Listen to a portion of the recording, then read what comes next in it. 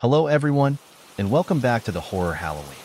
Now I know a lot of you use these videos to sleep, so before you drift off, I thought it would be a fun idea if everyone can leave a comment to let me know where you're listening from in the world.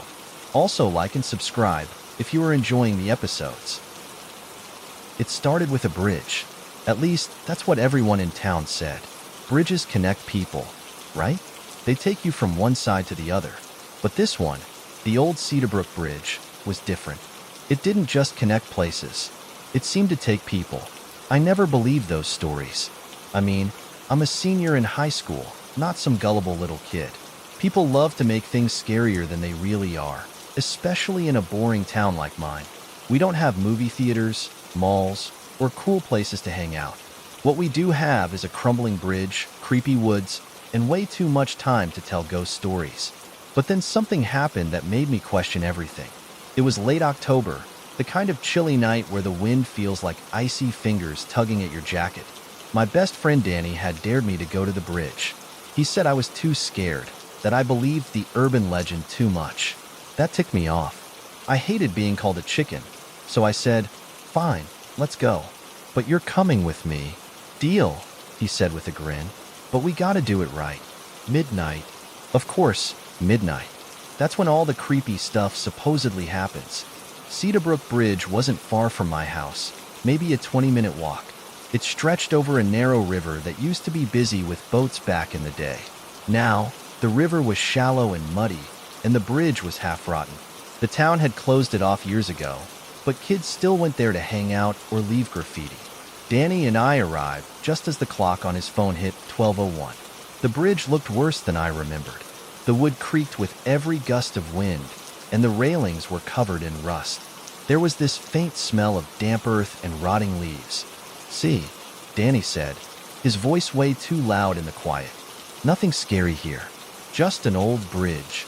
I didn't answer right away. Something about the place felt off. I couldn't explain it. The air felt heavier, like the atmosphere before a thunderstorm. But there weren't any clouds, just a big, bright moon hanging low in the sky. "You hear that?" I asked. Danny tilted his head. "Hear what?" "It's like humming." He laughed. "Dude, you're freaking yourself out." But I wasn't imagining it. There was a low, steady hum, like the vibration of a giant tuning fork. It seemed to come from beneath the bridge. The sound crawled up my spine, and I shivered. Urban legend time. The story goes that about 30 years ago, a school bus full of kids broke down on the bridge. The driver got out to check the engine, but the bus started rolling backward. It crashed through the railing and plunged into the river. They say no bodies were ever found, not even the drivers. People started disappearing after that. Not all at once, but over the years. Hikers, fishermen, random tourists. No one knew where they went. Some folks said the bridge ate them, like it was cursed. Others blamed the woods, saying they were full of sinkholes or quicksand. I never believed any of it, until that night, Danny and I walked onto the bridge, the old boards groaning under our weight. The further we went, the louder the humming got. It wasn't just noise anymore. It felt like it was inside me, making my chest vibrate. I grabbed the railing, trying to steady myself, and that's when I saw it. A light, faint and bluish, glowing underneath the bridge. It flickered like a flame in the wind, but there was no fire, just that eerie, cold light. "Do you see that?" I whispered. Danny nodded, his face pale. "What is it?" "I don't know. Let's get closer." We climbed down the embankment, slipping on wet leaves and loose dirt. The light didn't get any brighter, but it didn't fade either. It was just there, hovering over the water. That's when Danny stopped. "We shouldn't be here." "Don't chicken out now," I said, even though my voice shook. I took a few more steps, the riverbank squishing under my shoes. And then it happened. The light shot upward, fast as lightning, and hovered in midair. It was no longer faint. It was blinding. The humming turned into a deafening roar, like 1,000 engines revving all at once. Danny screamed, and I turned to grab him, but he was already running back toward the bridge. "Danny, wait!" I shouted, but he didn't stop. He sprinted onto the bridge, and I followed, my heart pounding. The light followed us, zigzagging in the sky like it was alive. It was so bright I could barely see, but I kept running. And then, just like that, the light vanished. The humming stopped. The world went silent. "Danny?" I called out, my voice echoing in the stillness. "Danny?" No answer. I looked around, panic rising in my chest. He was gone. Just gone. I searched for hours, screaming his name until my throat was raw. I even went back to the riverbank, thinking he might have slipped and fallen in. But there was nothing. No footprints, no splash marks, nothing. By the time the sun came up, I stumbled home, shaking and exhausted. My parents were furious that I'd been out all night, but their anger turned to worry when they saw my face. I told them everything. They didn't believe me, of course. They said Danny probably went home or got scared and ran off. But Danny didn't show up that day, or the next, or the one after that. The police got involved, asking me the same questions over and over. "When was the last time you saw him? Did he say anything before he disappeared? Were you drinking or doing drugs?" No. They searched the woods and the river but found nothing. No signs of struggle, no evidence that Danny had been there at all. It was like he had been erased from existence. Weeks passed, and the town started whispering. People said it was the bridge, that it had claimed Danny. I hated hearing that, but deep down, I couldn't shake the feeling that they were right. I stopped going to school. I stopped hanging out with friends. I couldn't sleep, couldn't eat. Every time I closed my eyes, I saw that light and heard that awful humming. One night, I finally worked up the courage to go back. I needed answers. I needed to know what happened to Danny. The bridge looked the same as before, maybe a little more broken down. The moon was full again, casting long shadows across the planks. I stood there for a long time, staring into the darkness, waiting for something to happen. And then I heard it, the humming. It started faint, just like before, but it grew louder, vibrating through the soles of my shoes. The light appeared again, flickering under the bridge. My heart raced, but I forced myself to move closer. "Where's Danny?" I shouted. My voice cracked, but I didn't care. "What did you do to him?" The light didn't answer, of course, but it moved, rising slowly until it hovered just a few feet in front of me.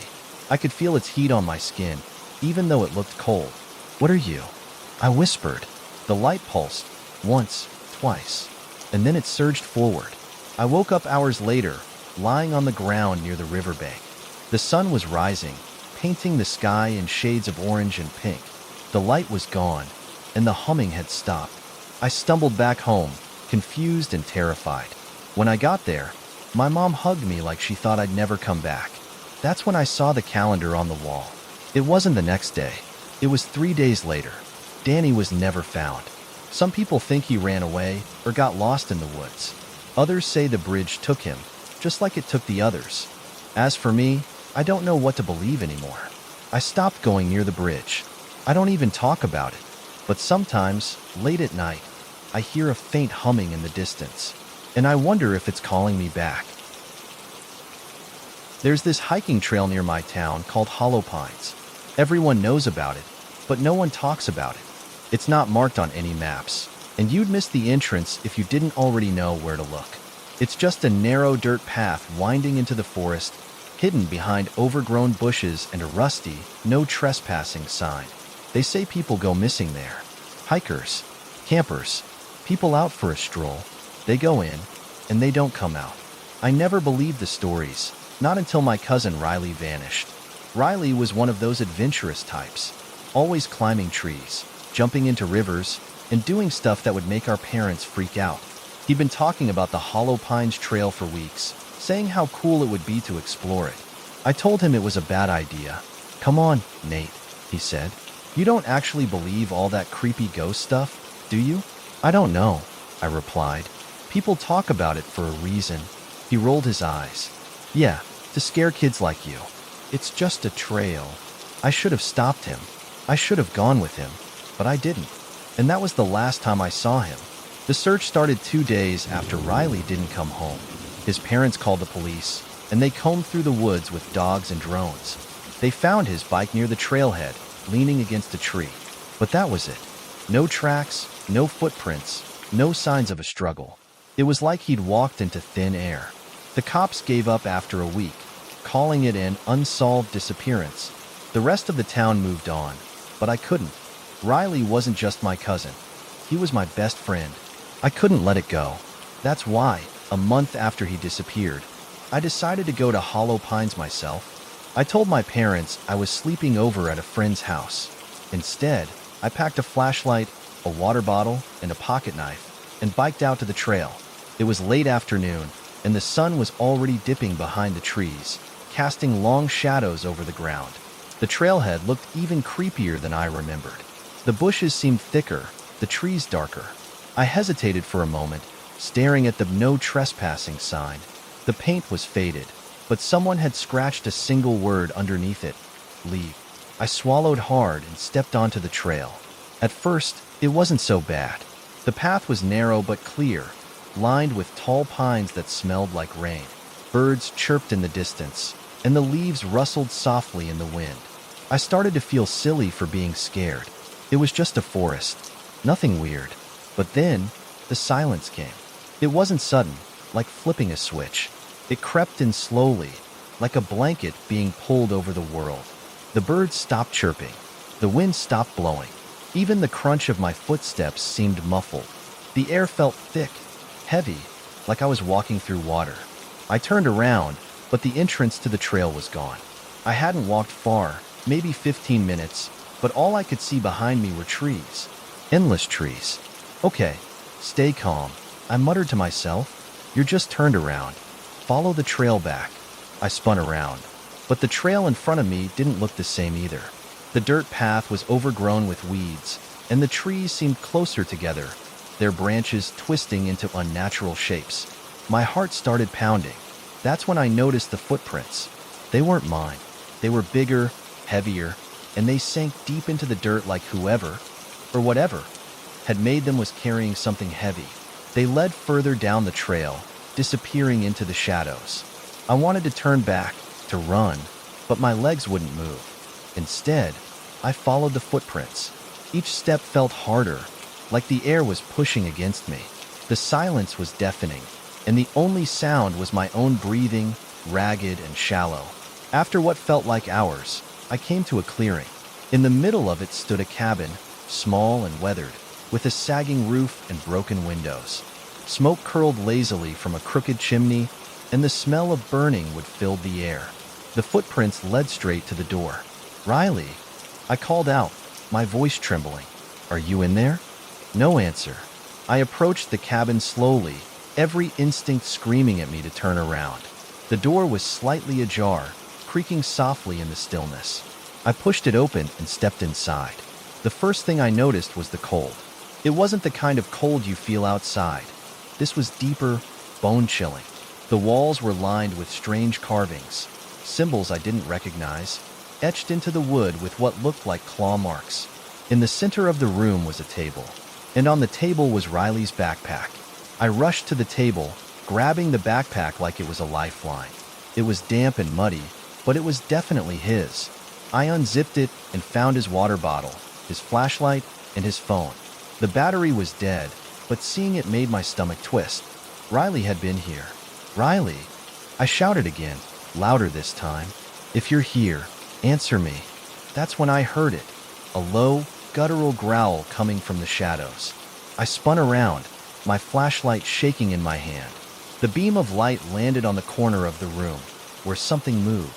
It wasn't human. The creature stepped into the light, and my breath caught in my throat. It was tall, hunched, with long, twisted limbs that ended in clawed hands.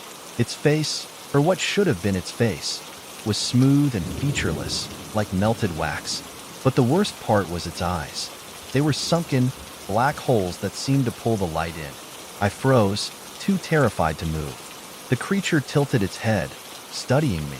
Then, slowly, it raised one bony finger and pointed at the door. I didn't need to be told twice. I dropped the backpack and bolted, bursting out of the cabin and back onto the trail. The silence was gone now, replaced by a deafening roar like the wind in a hurricane.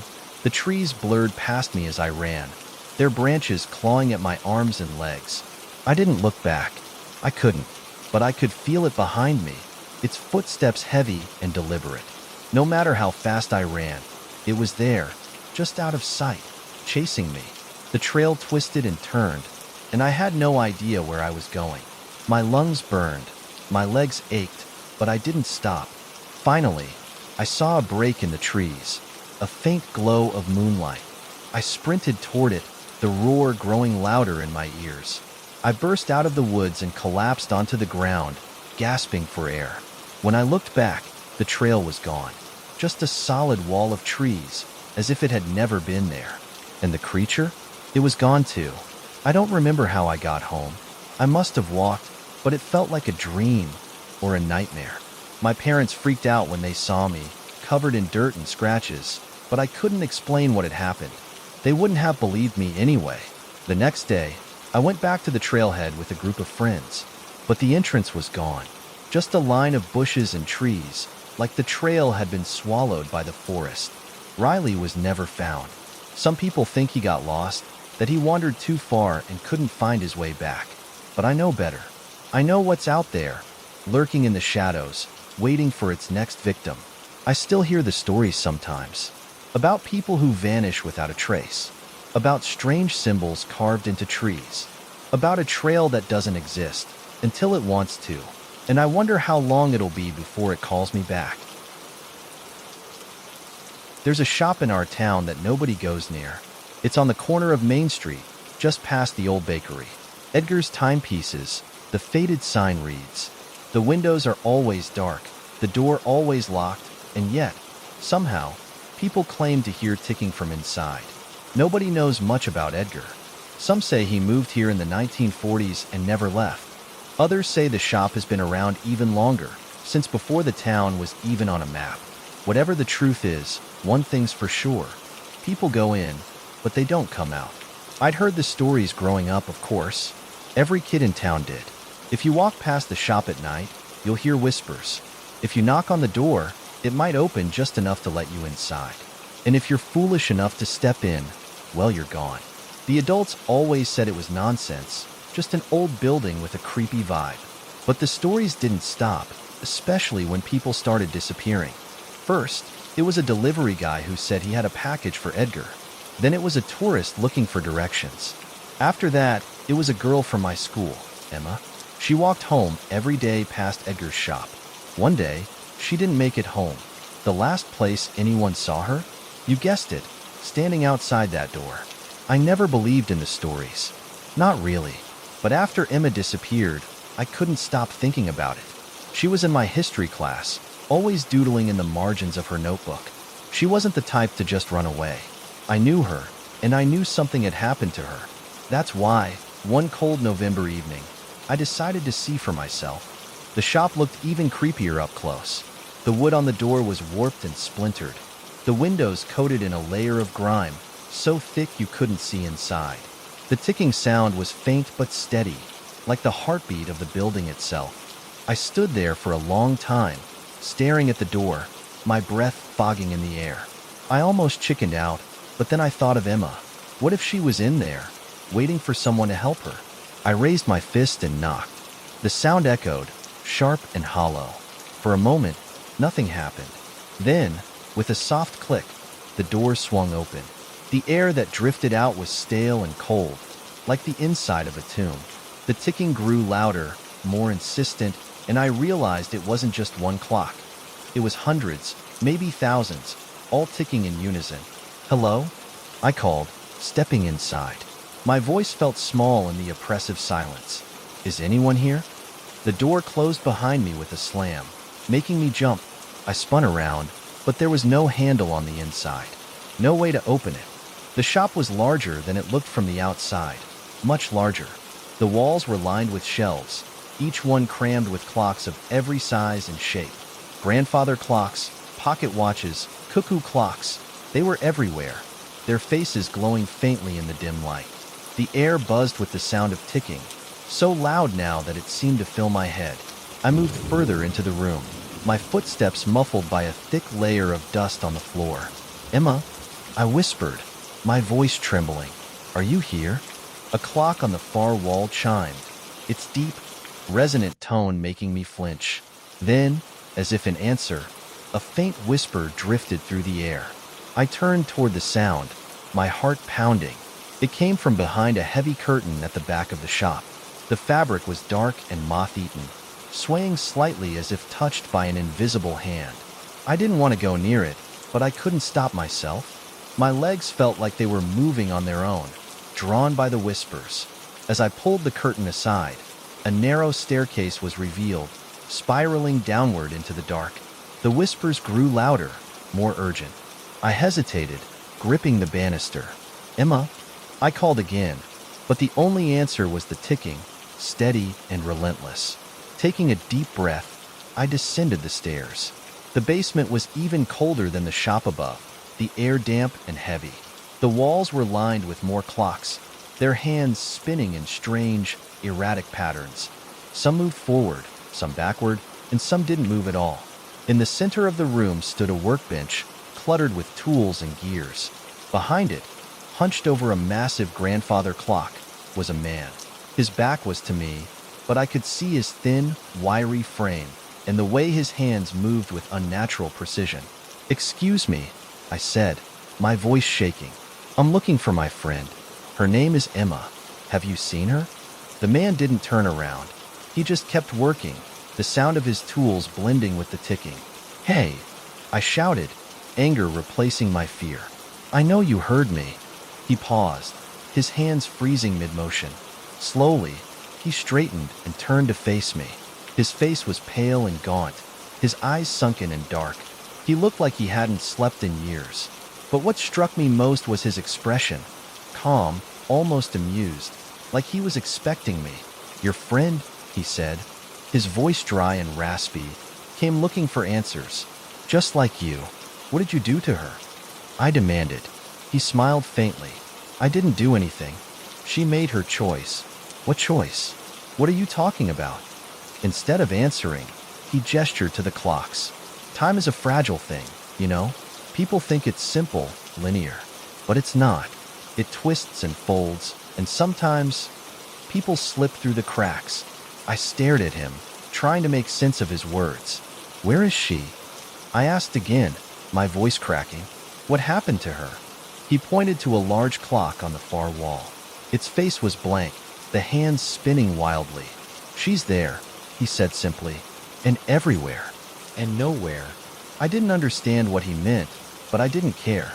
I ran to the clock, grabbing at it, trying to pull it off the wall. The second my hands touched it, the room seemed to shift. The air grew thick, the ticking grew louder, and the world around me blurred. When the spinning stopped, I was no longer in the shop. I was standing in a field under a pale gray sky. The air was still, and the only sound was the faint ticking of an unseen clock. "Emma?" I called, turning in circles. "Emma, are you here?" A figure appeared in the distance, walking toward me. My heart leaped as I recognized her. "Emma!" I shouted, running to her. She stopped as I approached, her face pale and expressionless. Her eyes didn't light up with recognition. Instead, she looked through me, like I wasn't really there. "You shouldn't have come," she said softly. Her voice was distant, hollow. "What happened to you?" I asked, grabbing her shoulders. "We've been looking for you. Everyone's worried sick." She shook her head. "It doesn't matter. I'm not part of that world anymore." "What do you mean?" "Of course you are. We can get out of here." She pulled away from me, her gaze shifting to something behind me. "You can leave, Nate, but not me, not the others." I turned and saw them. Dozens of figures standing in the distance, their faces blank, their bodies still.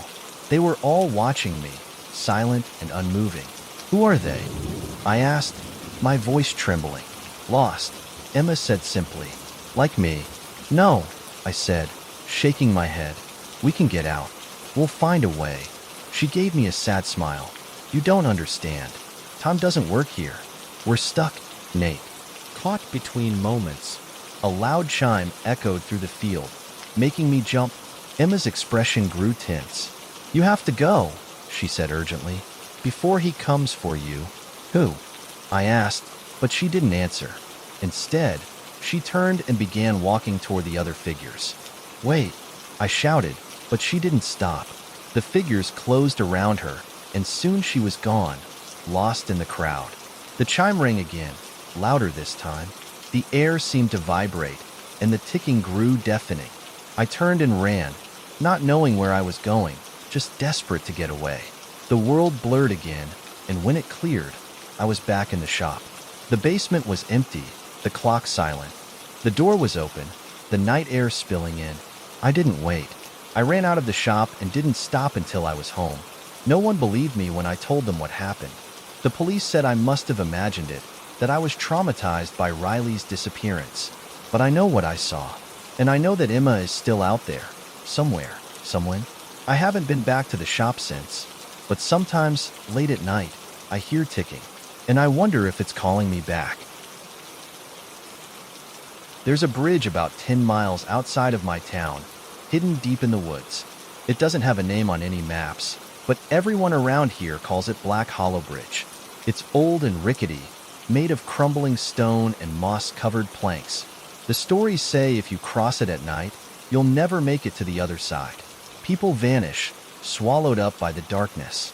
Some claim to hear voices whispering their names, tempting them to step off the path.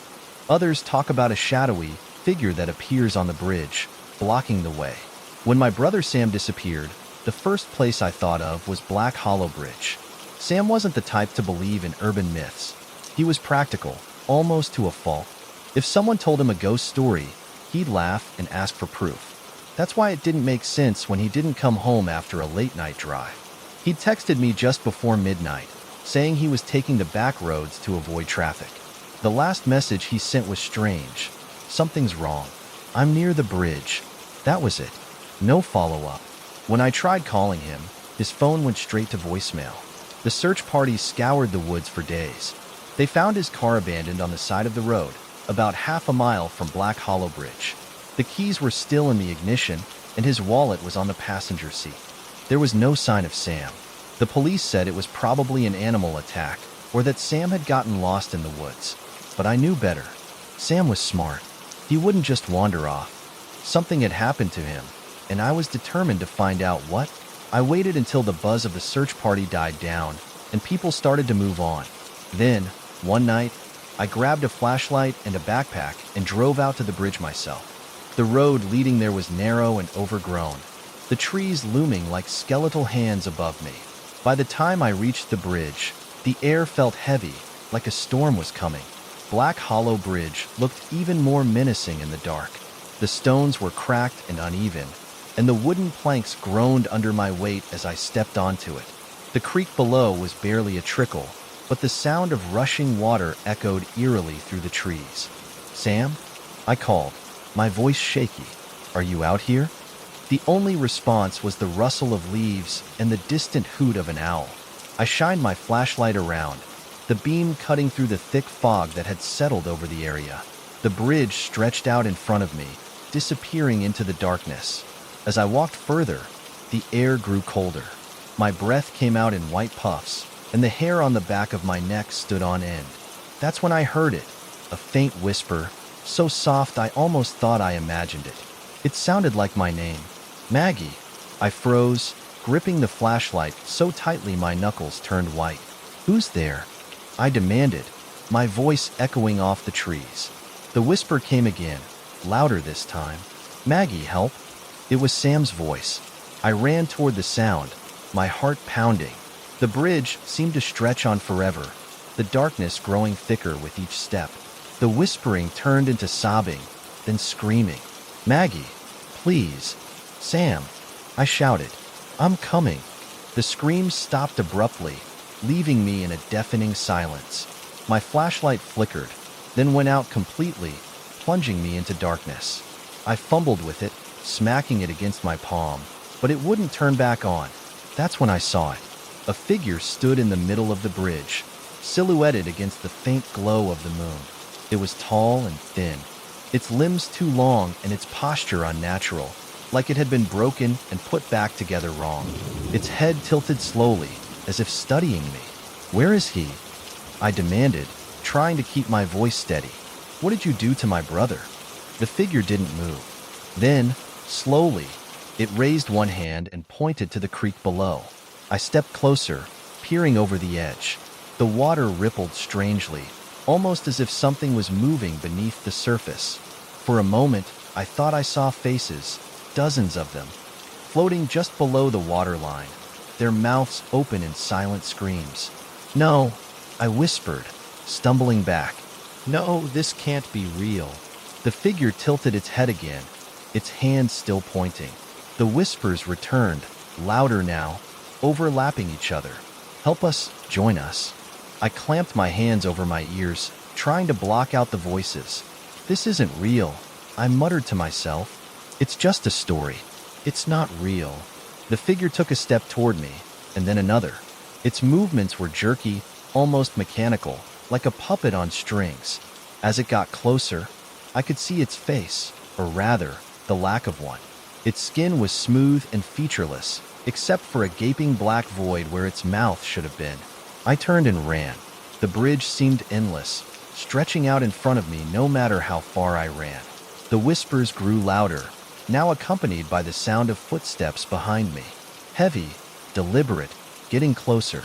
I tripped over a loose plank and hit the ground hard, my flashlight skidding out of reach. I scrambled to my feet, but the figure was already there, towering over me. "Please," I begged, tears streaming down my face. "I just want my brother back." The figure leaned down, its faceless head inches from mine. Its voice was a low, guttural hiss. "He belongs to the bridge now." Before I could react, it grabbed my arm with an icy grip and pulled me toward the edge. I screamed, fighting against it, but its strength was inhuman. As I struggled, the faces in the water became clearer, their eyes wide with terror. One of them was Sam. "Sam!" I screamed, reaching out to him. "I'm here. I'll get you out." His lips moved, but no sound came out. The figure pushed me closer to the edge, and I felt the cold spray of the water on my face. I thought it was over, that I'd join the others in the depths of the creek. But then, something changed. A loud crack echoed through the air, and the figure froze. The whispers stopped, replaced by a deep, rumbling growl that seemed to come from the bridge itself. The ground beneath me began to shake, and the figure released me, retreating into the shadows. I scrambled to my feet and ran, not stopping until I reached the end of the bridge. When I turned around, the figure was gone, and the bridge looked normal again, as if nothing had happened. I never found Sam. The police called it an unsolved case, just like the others who had disappeared near Black Hollow Bridge. But I know the truth. The bridge is alive. It feeds on people, pulling them into its depths and trapping them in some dark, twisted limbo. Sam is still out there, somewhere beneath the water, and I don't know if I'll ever see him again. Sometimes, late at night, I hear whispers outside my window. They call my name, soft and pleading, just like Sam did on the bridge. And I wonder if the bridge is waiting for me to come back. Everyone in Ridge Hollow knows about the Vanishing Woods. It's not marked on any maps, and no one dares to go near it unless they have to. The trees there are impossibly tall, their twisted branches forming a canopy so dense that sunlight barely touches the ground. The stories go back generations. Hikers who stray from the main path and never come back, campers who set up their tents only to vanish by morning, entire search parties that return with fewer people than when they started. My best friend, Eli, was the latest name on the list. Eli and I grew up hearing the warnings. "Never go into the Vanishing Woods," our parents said. "Even if you hear someone calling your name, don't go in, especially then." But Eli was different. He didn't believe in ghost stories or curses. He said the woods were just woods, and that people probably got lost because they weren't careful. So when he told me he was going to explore them, I tried to stop him. "Don't be stupid, Eli," I said. "People disappear in there." He laughed. "People disappear everywhere, Leah. This is just a bunch of overblown small-town rumors." Eli went in on a Friday afternoon. He promised he'd be back by sundown, but when the sky turned orange and there was no sign of him, I knew something was wrong.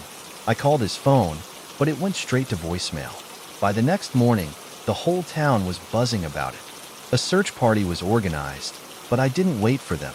I grabbed a flashlight, some water, and my phone and headed for the woods myself. The entrance to the vanishing woods was marked by a crooked wooden sign, half covered in moss. As I stepped inside, the air grew colder, and the world seemed to change. The first thing I noticed was the silence. There were no birds, no rustling leaves, not even the sound of my own footsteps. It was like the forest was holding its breath, watching me. The trees loomed over me, their branches twisting into unnatural shapes. I tried to stay on the main path, but it was barely visible, covered in leaves and undergrowth. Every so often, I'd call out Eli's name, but the only response was the echo of my own voice. After about an hour, I saw something strange, a shoe lying in the middle of the path. It was Eli's. "Eli," I shouted, picking up the shoe and looking around. My voice cracked with desperation. "Eli, where are you?" That's when I heard it, a faint voice calling my name. "Leah." I froze. It sounded like Eli, but there was something off about it, like the way a recording sounds when it's played just a little too slow. "Eli," I called back. "Is that you?" "Leah, help." The voice came again, closer this time. I ran toward the sound, weaving between the trees. The deeper I went, the darker it got, until I could barely see in front of me. The voice kept calling, leading me further into the woods. Finally, I reached a clearing. In the center was an old, crumbling stone well, covered in vines and moss. The voice seemed to be coming from inside it. "Eli," I whispered, peering over the edge. The well was deep, the bottom lost in shadow. "Are you down there?" "Leah," the voice echoed, faint and distorted. "It's so dark." I dropped to my knees and shined my flashlight into the well. The beam barely penetrated the darkness, but I thought I saw movement, something shifting far below. "I'm coming," I shouted, looking around for a rope or anything I could use to climb down. Before I could act, the air around me changed. It felt heavier, colder, like a storm was about to break.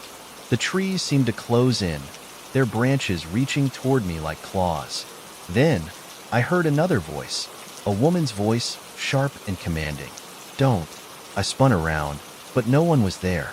The clearing was empty, the woods silent again. "Who's there?" I demanded, my voice shaking. The voice came again, this time closer. "Leave. Now." I hesitated, torn between the voice in the well and the invisible presence warning me to leave. "I can't," I said. "My friend is down there. I have to save him." The voice sighed, a sound filled with sorrow. "He's already gone. If you go after him, you'll be next." I didn't believe her. I couldn't. "What are you talking about? He's still alive. I heard him." "That's not your friend," the voice said. "It's the woods. They call to you. They take you." I stepped back from the well, my heart pounding. The woman's voice seemed to be coming from everywhere and nowhere at once. "What do you mean, they take you?" "These woods are hungry," she said. "They lure people in, trap them, and feed on their fear. The voices you hear, they're not real. They're the forest's way of drawing you deeper." I shook my head, refusing to believe it. "No, I know Eli. That's his voice. He's in there, and he needs me." There was a long pause. Then, the voice said, "Look closer." Reluctantly, I turned back to the well and shined my flashlight inside again. This time, I focused on the movement I'd seen earlier. At first, it still looked like shadows shifting at the bottom of the well. But as I watched, the shapes became clearer. They weren't shadows. They were faces, dozens of them, pale and distorted, their mouths open in silent screams. And among them, I saw Eli. "Eli!" I screamed, leaning over the edge. His face turned toward me, his eyes wide with terror. His mouth moved, but no sound came out. "Do you see now?" the voice asked softly. "This is what the woods do. They don't just take you. They make you part of them." I staggered back, my mind racing. There has to be a way to save him. There has to be. "You can't," the voice said. "Once they're taken, they're gone. The only thing you can do is leave before it's too late." Tears streamed down my face as I looked at Eli's face, now fading back into the shadows. "I'm sorry," I whispered, I'm so sorry. The moment I stepped away from the well, the air seemed to shift again. The oppressive weight lifted, and the forest became less dark. The woman's voice spoke one last time. Go. Don't look back. I ran, not caring where I was going, as long as it was away from the clearing. The woods seemed to push me forward, guiding me back toward the path. By the time I reached the entrance, the sun was rising, casting long shadows across the trees. I told the police what I'd found, but they didn't believe me. They said it was stress, that I'd imagined the voices and the faces. They added Eli's name to the list of missing people, and that was that. But I know what I saw, and I know the vanishing woods are still out there, waiting for their next victim. Sometimes, late at night, I hear Eli's voice calling my name, soft and pleading. I'll never go back, but I don't think the woods are done with me yet. The town of Ironwood Gorge was known for two things: its abandoned railway and the stories surrounding it. The railway cut through a deep canyon on the edge of town, its rusted tracks winding between jagged cliffs and dense woods. It hadn't been in use for decades, ever since a freight train derailed there in the 1950s, killing everyone on board. The official reports called it a tragic accident, but the locals whispered about a ghost train, a spectral locomotive that still roared through the canyon on moonless nights, collecting passengers who were never seen again. I never believed it. At least, not until I lost my cousin Jake. Jake was visiting from out of town, staying with my family for the summer. He was one of those people who couldn't resist a good dare. So when he overheard some kids at the diner talking about the ghost train, his curiosity got the better of him. One night, after everyone else had gone to bed, he woke me up. Come on, Dylan, he whispered, shaking my shoulder. Let's check out the tracks.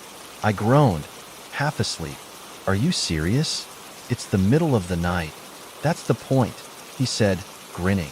The stories say the train only shows up after midnight. Don't tell me you're scared. I wasn't scared. Not really. But something about the idea made my skin crawl. Still, I wasn't about to let Jake go alone. The night was eerily quiet as we made our way to the canyon. The air felt heavy, like a storm was brewing, though the sky was clear.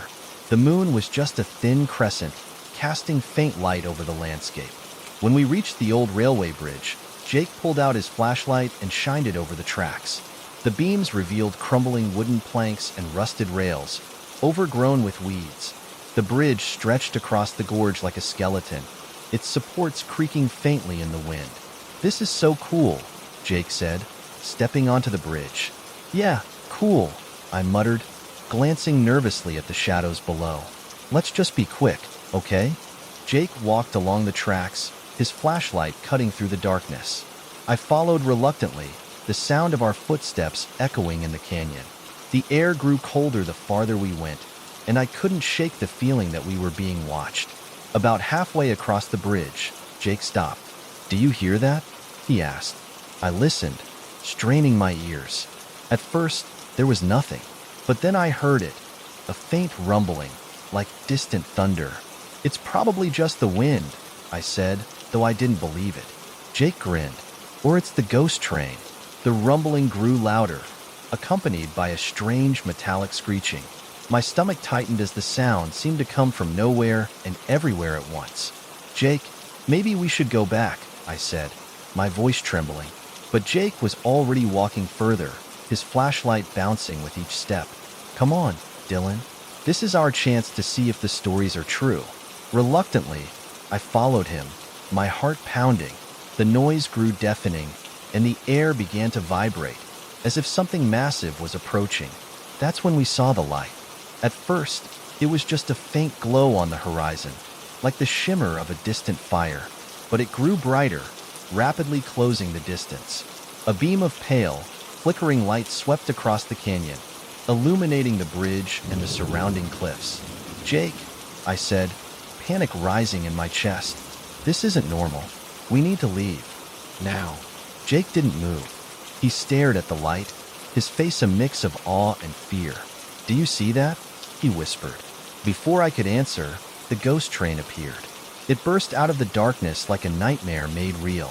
The locomotive was massive and black, its surface slick with something that gleamed in the eerie light. Wisps of smoke poured from its chimney, but the smoke moved unnaturally, coiling and writhing like living things. The train didn't ride on the tracks. It floated just above them, its wheels turning soundlessly. Behind the engine, passenger cars stretched into the void, their windows glowing faintly. Inside, shadowy figures moved, their faces pressed against the glass. I grabbed Jake's arm, pulling him back. "We have to go." But Jake didn't budge. He was staring at the train, his eyes wide and unblinking. "Do you see them?" he said, his voice distant. "They're waving at me." I looked again. The figures in the windows weren't just shadows anymore. They had faces, pale, gaunt faces with hollow eyes. And they were waving, beckoning us closer. "Jake, stop looking," I shouted, shaking him. "It's not real." The train screeched to a halt, its wheels sparking against the rusted tracks. The doors of the nearest car slid open with a groan, revealing a darkness so deep it seemed to swallow the light. A voice echoed from the train, low and melodic, like a song carried on the wind. "All aboard." Jake took a step forward, as if in a trance. I grabbed him, holding him back with all my strength. "Jake, no, don't listen to it." He struggled against me, his eyes fixed on the open door. "They're calling me," he said, his voice trembling. "I have to go." "No, you don't," I shouted. "It's a trick. They're not real." The voice came again, louder this time. "All aboard." The figures in the windows began to smile, their mouths stretching impossibly wide. Their hollow eyes seemed to glow, and I felt a wave of cold wash over me. "Jake, please," I begged, my voice breaking. "Let's go back." For a moment, he hesitated. But then, something changed. The light from the train dimmed, and the figures' smiles vanished, replaced by expressions of hunger. The door of the passenger car began to close, and Jake lunged toward it. I yanked him back just in time, and we both fell onto the tracks. The train let out a deafening roar, and the light disappeared. When I opened my eyes, the train was gone. The bridge was dark and silent again, as if nothing had happened. Jake lay beside me, trembling. What was that?" he whispered. "I don't know," I said, helping him to his feet. "But we're never coming back here." We ran all the way home, too afraid to look back. The next morning, Jake was gone. His bed was empty, his shoes still by the door. The only sign of him was a note scrawled in shaky handwriting. "They're still calling me. I have to go." The police searched the canyon, but they didn't find anything. Not Jake, not the train, not even footprints on the bridge. It was as if he'd vanished into thin air. I don't know where he is, but sometimes late at night, I hear the sound of a train in the distance. And I wonder if Jake is one of the shadowy figures now, staring out the windows, waiting for the next passenger to board. Silent Cove was a place most people forgot existed. Perched on a jagged coastline, the small town had more abandoned houses than occupied ones. It wasn't on any major map, and the only reason people even passed through was the old lighthouse. The lighthouse was tall and weather-beaten, its once bright white paint now gray and peeling. The beam no longer shone, but locals claimed it didn't need to. "It's cursed," they'd whisper. "People who go there don't come back."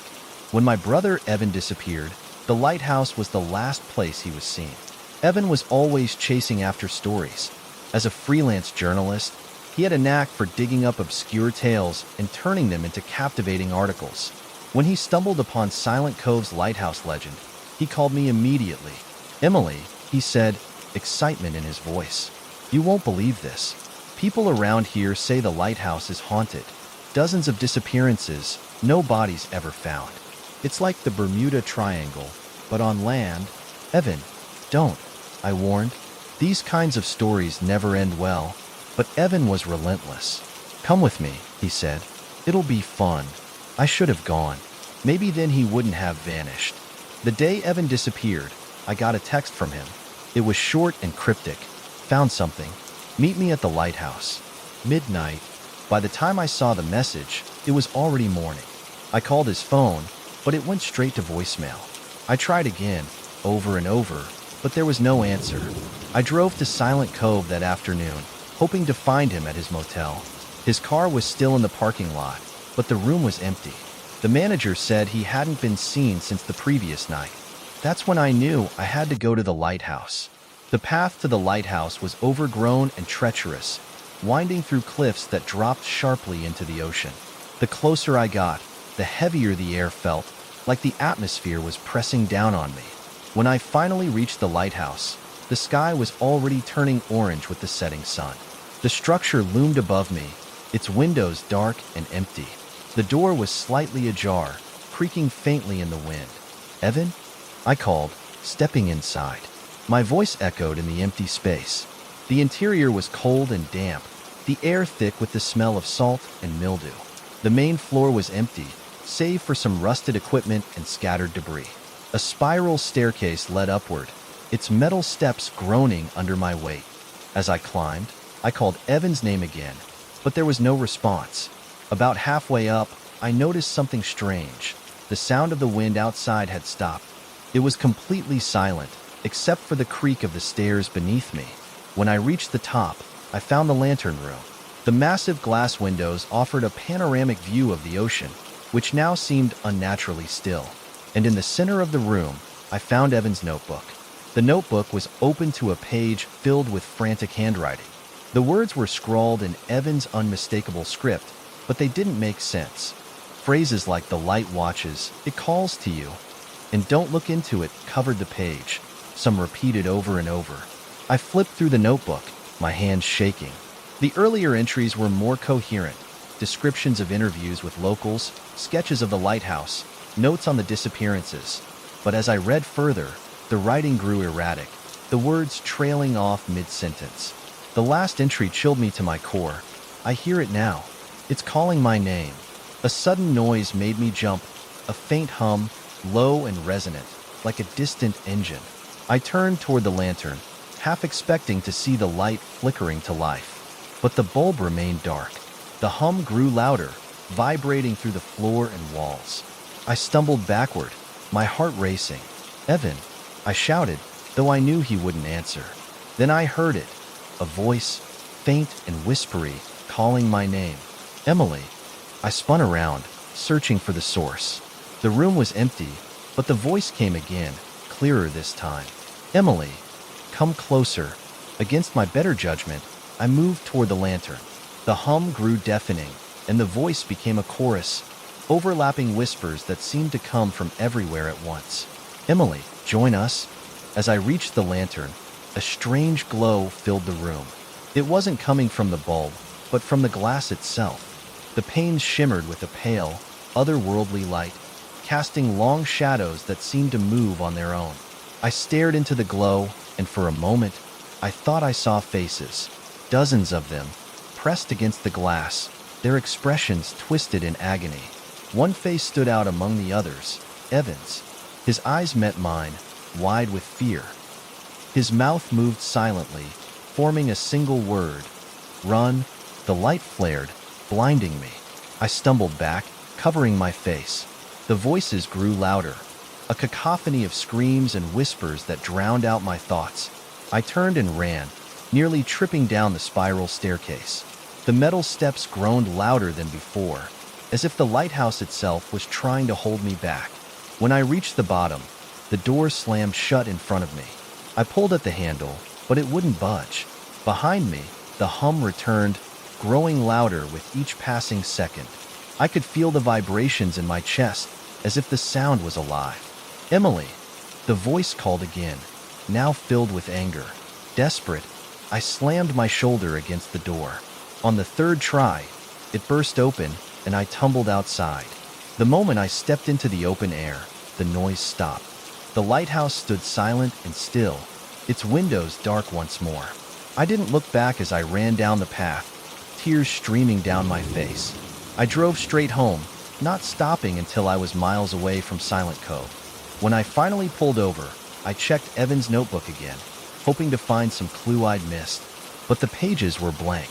Every word, every drawing, every frantic scrawl had vanished, leaving only the faint scent of salt and mildew. The police searched the lighthouse after I reported Evan missing, but they found nothing. No notebook, No signs of a struggle, not even a trace of Evan himself. They chalked it up to an accident, saying he must have fallen into the ocean. But I know the truth. Sometimes, late at night, I hear the hum again, faint and distant. And in my dreams, I see Evan's face, pressed against the glass, silently pleading for me to save him. I can't go back, but I can't forget. And I know the lighthouse is still there, waiting for its next visitor. When I was growing up, the Willow Woods were a forbidden place. They stretched out behind our small town like a dark, endless maze of towering trees and tangled underbrush. People said the woods were cursed. Anyone who ventured too deep disappeared, leaving nothing behind but whispers and fear. It wasn't just a story. There were names, real people who had walked into the woods and never returned. A couple of teenagers on a dare, a hunter tracking deer, even a local police officer searching for a missing child. And then, one summer, my best friend Megan became one of them. Megan and I were inseparable. We spent most of our days exploring the quiet corners of our town, riding bikes, or making up games in the field behind my house. But that summer, Megan became obsessed with the Willow Woods. I heard Mrs. Callahan talking about it. She told me one afternoon, her voice low with excitement. She said people hear voices in the woods, like actual voices calling their names. That's just old people trying to scare kids, I said, though the idea sent a shiver down my spine. Megan grinned. Maybe, but what if it's not? What if there's something in there? I tried to talk her out of it, but Megan wouldn't let it go. Every day, she brought it up, asking me to go with her to just take a peek. I refused. Then, one evening, she didn't show up at my house like she usually did. I figured she was busy or maybe grounded. But the next morning, her mom called, asking if I'd seen her. She said she was going to meet you, Mrs. Carter said, her voice tight with worry.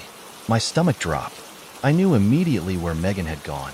The whole town came together to search the woods. Men with flashlights and dogs combed through the trees, calling Megan's name. I stayed behind with my parents, watching from the edge of the forest. They searched all night and into the next day but found nothing. No footprints, no torn clothing, no sign that Megan had ever been there. It was like she'd vanished into thin air. Weeks passed, and life in our small town tried to return to normal. But I couldn't stop thinking about Megan. I'd lie awake at night, staring at the ceiling, imagining her lost in the woods, calling for help. One night, I heard her voice. It started faint, like a breeze brushing past my window. But then it grew louder, unmistakable. Lila. I sat up in bed, my heart pounding. It wasn't possible, but it was her voice, clear as day. Lila, help me. I scrambled to the window, throwing it open. The air was still, the street below empty, but I could still hear her, the sound coming from the direction of the woods. The rational part of me said it couldn't be real. Megan was gone, but something deep inside whispered that it was her, that she needed me. I grabbed my flashlight and slipped out the back door, careful not to wake my parents. The town was eerily quiet as I made my way to the edge of the woods. The trees loomed above me, their branches swaying slightly in a breeze I couldn't feel. Lila. Her voice was closer now, pulling me forward. I stepped into the woods, the beam of my flashlight cutting through the darkness. The air felt heavy, pressing against my skin. I could hear my heartbeat in my ears, each thump echoing in the silence. Where are you? I called, my voice trembling. No answer, but the trees seemed to shift around me, the path ahead twisting and turning in ways that didn't make sense. And then I saw it, a flash of movement just at the edge of my vision. Megan? I whispered, taking a step toward the shadow. It moved again, darting between the trees. I chased after it, my flashlight bobbing wildly. The air grew colder the deeper I went, the smell of damp earth and decaying leaves filling my nose. Finally, I caught up. Standing in a small clearing was a figure. At first, I thought it was Megan. Her height, her build, her familiar long braid. But when she turned to face me, my blood ran cold. It wasn't Megan. Her face was pale, almost translucent, and her eyes were hollow, black pits. Her mouth stretched into a smile that didn't belong. her teeth sharp and glinting in the flashlight's beam. "Lila," she said, her voice Megan's but wrong, echoing like it came from somewhere far away. I froze, my legs refusing to move. The figure tilted its head, studying me like I was prey. "You came for me," it said, stepping closer. I stumbled back, tripping over a root and falling to the ground. The flashlight slipped from my hand, the beam spinning wildly. The figure crouched in front of me, its too wide smile growing. "Stay with me," it whispered. I scrambled to my feet, grabbing the flashlight and shining it directly at her. The light made her recoil, her form flickering like a bad signal. "Lila." I didn't wait to hear the rest. I turned and ran, crashing through the underbrush, ignoring the branches that tore at my arms and legs. The trees seemed to close in around me, the path twisting in impossible directions. Every time I looked back, the figure was there, closer than before. "Don't leave me," it called, its voice desperate now. Finally, I burst out of the woods, falling to my knees in the field behind my house. The air felt lighter, the oppressive weight lifting from my chest. I turned to look back at the woods, but the figure was gone. The only sound was the rustle of leaves in the breeze. The next day, I told my parents everything. They didn't believe me, of course, chalking it up to grief and an overactive imagination. But I knew what I'd seen. Over the years, more people disappeared in the willow woods. I moved away as soon as I could, trying to leave it all behind.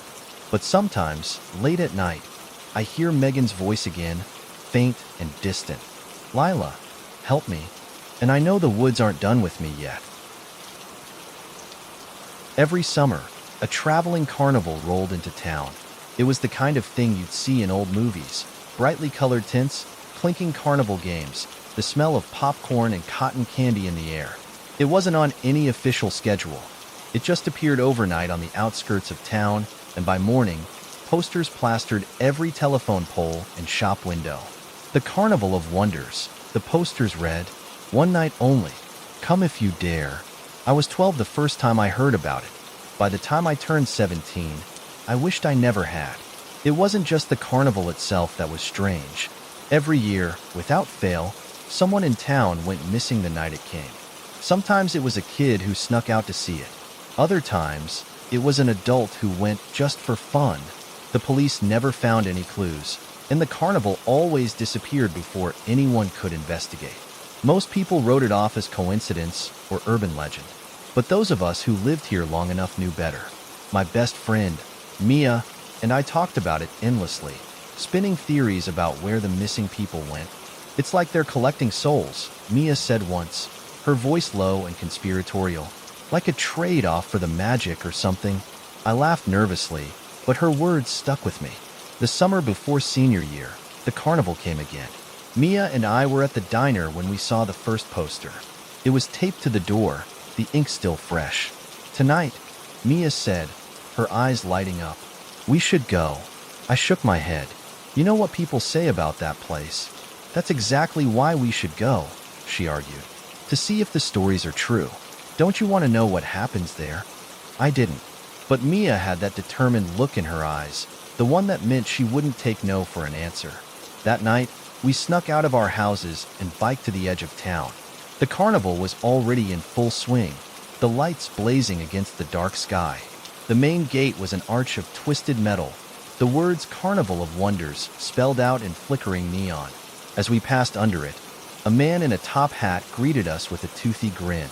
"Welcome, welcome," he said, his voice smooth as silk. "Enjoy the wonders we have to offer." Something about him made my skin crawl, but Mia just laughed. "This is amazing," she said, pulling me toward the games. The carnival was everything you'd expect.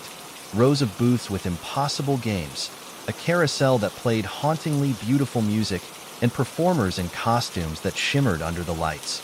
But the longer we stayed, the stranger it felt. The air was heavy with the scent of something metallic, and the laughter of the crowd seemed off, like it was coming from a recording instead of real people. "Do you feel that?" I asked Mia as we wandered through the maze of tints. She shrugged. "You're just nervous. Relax, okay? Nothing's going to happen." I wasn't so sure. As the night wore on, The crowd began to thin. Mia and I found ourselves in front of a small tent with no sign or decorations.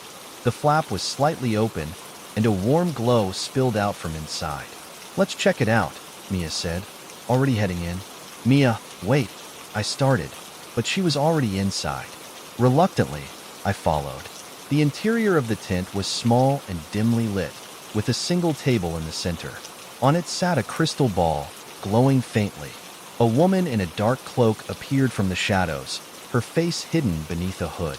"Two curious souls," she said, her voice echoing unnaturally. "What do you seek?" "Just looking," Mia said, her tone casual. "What is this place?" The woman's head tilted slightly, as if amused. "This is where truth reveals itself. Sit." Mia sat down eagerly, while I hesitated. Something about the woman's voice sent chills down my spine, but Mia was already leaning toward the crystal ball. The woman placed her hands on the orb, and the glow intensified. Shadows danced across the walls, and a low hum filled the air. "Beware what you seek," the woman said. "The carnival does not give freely." "What does that mean?" Mia asked, but the woman didn't answer. Suddenly, the glow from the crystal ball turned a deep, pulsing red. The hum grew louder, almost deafening, and the shadows on the walls seemed to move on their own. "Mia, let's go," I said, grabbing her arm, but she didn't move. Her eyes were fixed on the orb, her face pale and expressionless. I see it," she whispered. "See what?" "The truth," she said, her voice distant. "It's beautiful." I shook her, panic rising in my chest. "Mia, snap out of it." The woman laughed, a low, chilling sound. "One must always pay the price." Before I could react, the tent went dark. The hum stopped abruptly, leaving an eerie silence. I felt around blindly, calling Mia's name, but there was no response. When the lights flickered back on, the tent was empty. The table, the crystal ball, the cloaked woman, all gone. And so was Mia. I ran outside, frantically searching the carnival grounds. The lights were dimming, and the once bustling crowd had vanished. The ride stood still, their music replaced by an unsettling quiet. "Mia!" I shouted, my voice echoing into the night. No one answered. Desperate, I approached the man in the top hat, who was now standing near the entrance. "My friend is missing," I said, my voice trembling. He smiled, his teeth unnaturally white. "Everyone finds what they seek at the Carnival of Wonders," he said. "What does that mean? Where is she?" He tipped his hat, his smile widening. "She's where she belongs." I lunged at him, but before I could grab him, the lights went out completely. When they came back on, the carnival was gone. The police didn't believe me when I told them what happened. They searched the field where the carnival had been, but there was no sign it had ever been there. No trampled grass, no discarded trash, nothing. Mia's disappearance was written off as a runaway case, like so many others before her. But I knew the truth. Years later, I still have nightmares about that night. Sometimes I see Mia's face, glowing faintly in the crystal ball, her eyes filled with a strange light. Other times, I hear the carnival music in the distance, beckoning me to return. And sometimes, just before I wake, I hear her voice, faint and echoing, "Come find me." There's a stretch of woods just outside my hometown that everyone avoids. It's not on any map, and even Google Earth seems to blur it out. People call it the Hollow Grove, though no one knows why. The stories about the grove are older than the town itself. They say people used to go in and never come out. Hikers, hunters, even whole families, they'd vanish without a trace. The only thing left behind was the sound of whispers, faint and eerie, coming from deep within the trees. My best friend Jake and I were stupid enough to go looking for it. It started with a dare.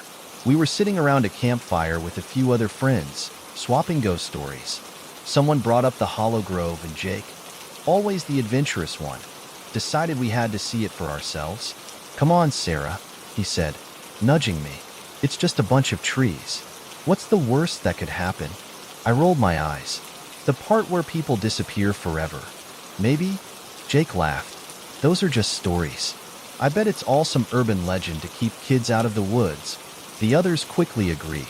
Jake's confidence was contagious, and before I knew it, we were planning our trip. The next morning, we packed our gear and headed out. Jake had found an old trail on some obscure hiking forum, and we followed it to the edge of the woods. The air felt strange as we stepped into the grove. Heavy, almost electric. The trees were taller than any I'd ever seen, their gnarled branches twisting together like they were trying to block out the sky. Jake was unfazed. "See? Just a regular forest," he said, grinning. But it didn't feel regular. Not to me. The deeper we went, the quieter it got. The sounds of the outside world, birds, wind, even our footsteps, seemed to fade away. "Do you hear that?" I asked Jake. He stopped and tilted his head. "Hear what?" I hesitated. It was faint, almost imperceptible, but I was sure I heard it.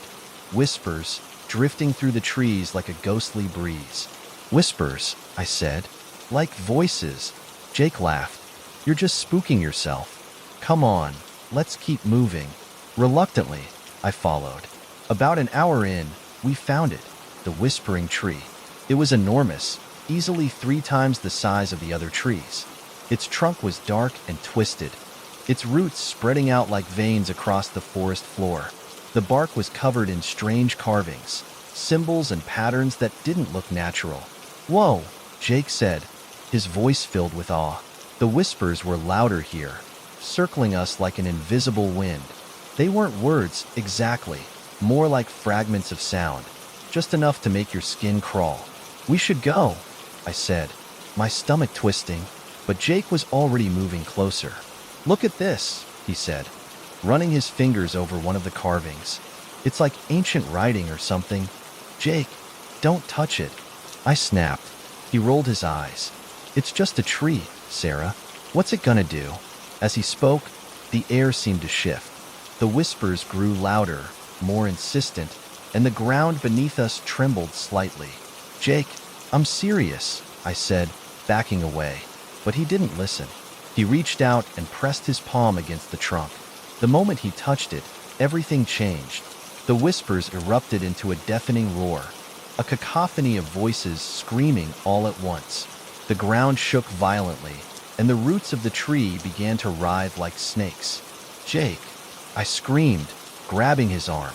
He turned to me, his eyes wide with terror. I can't move," he said, his voice barely audible over the noise. The tree's bark seemed to melt, revealing a dark, pulsing surface beneath. Tendrils of shadow reached out, wrapping around Jake's legs and pulling him toward the trunk. I pulled with all my strength, but it was like trying to fight a tidal wave. The shadows were relentless, dragging Jake closer to the tree. "Run!" he shouted, his voice cracking with fear. "I'm not leaving you," I cried, tears streaming down my face. But it was no use.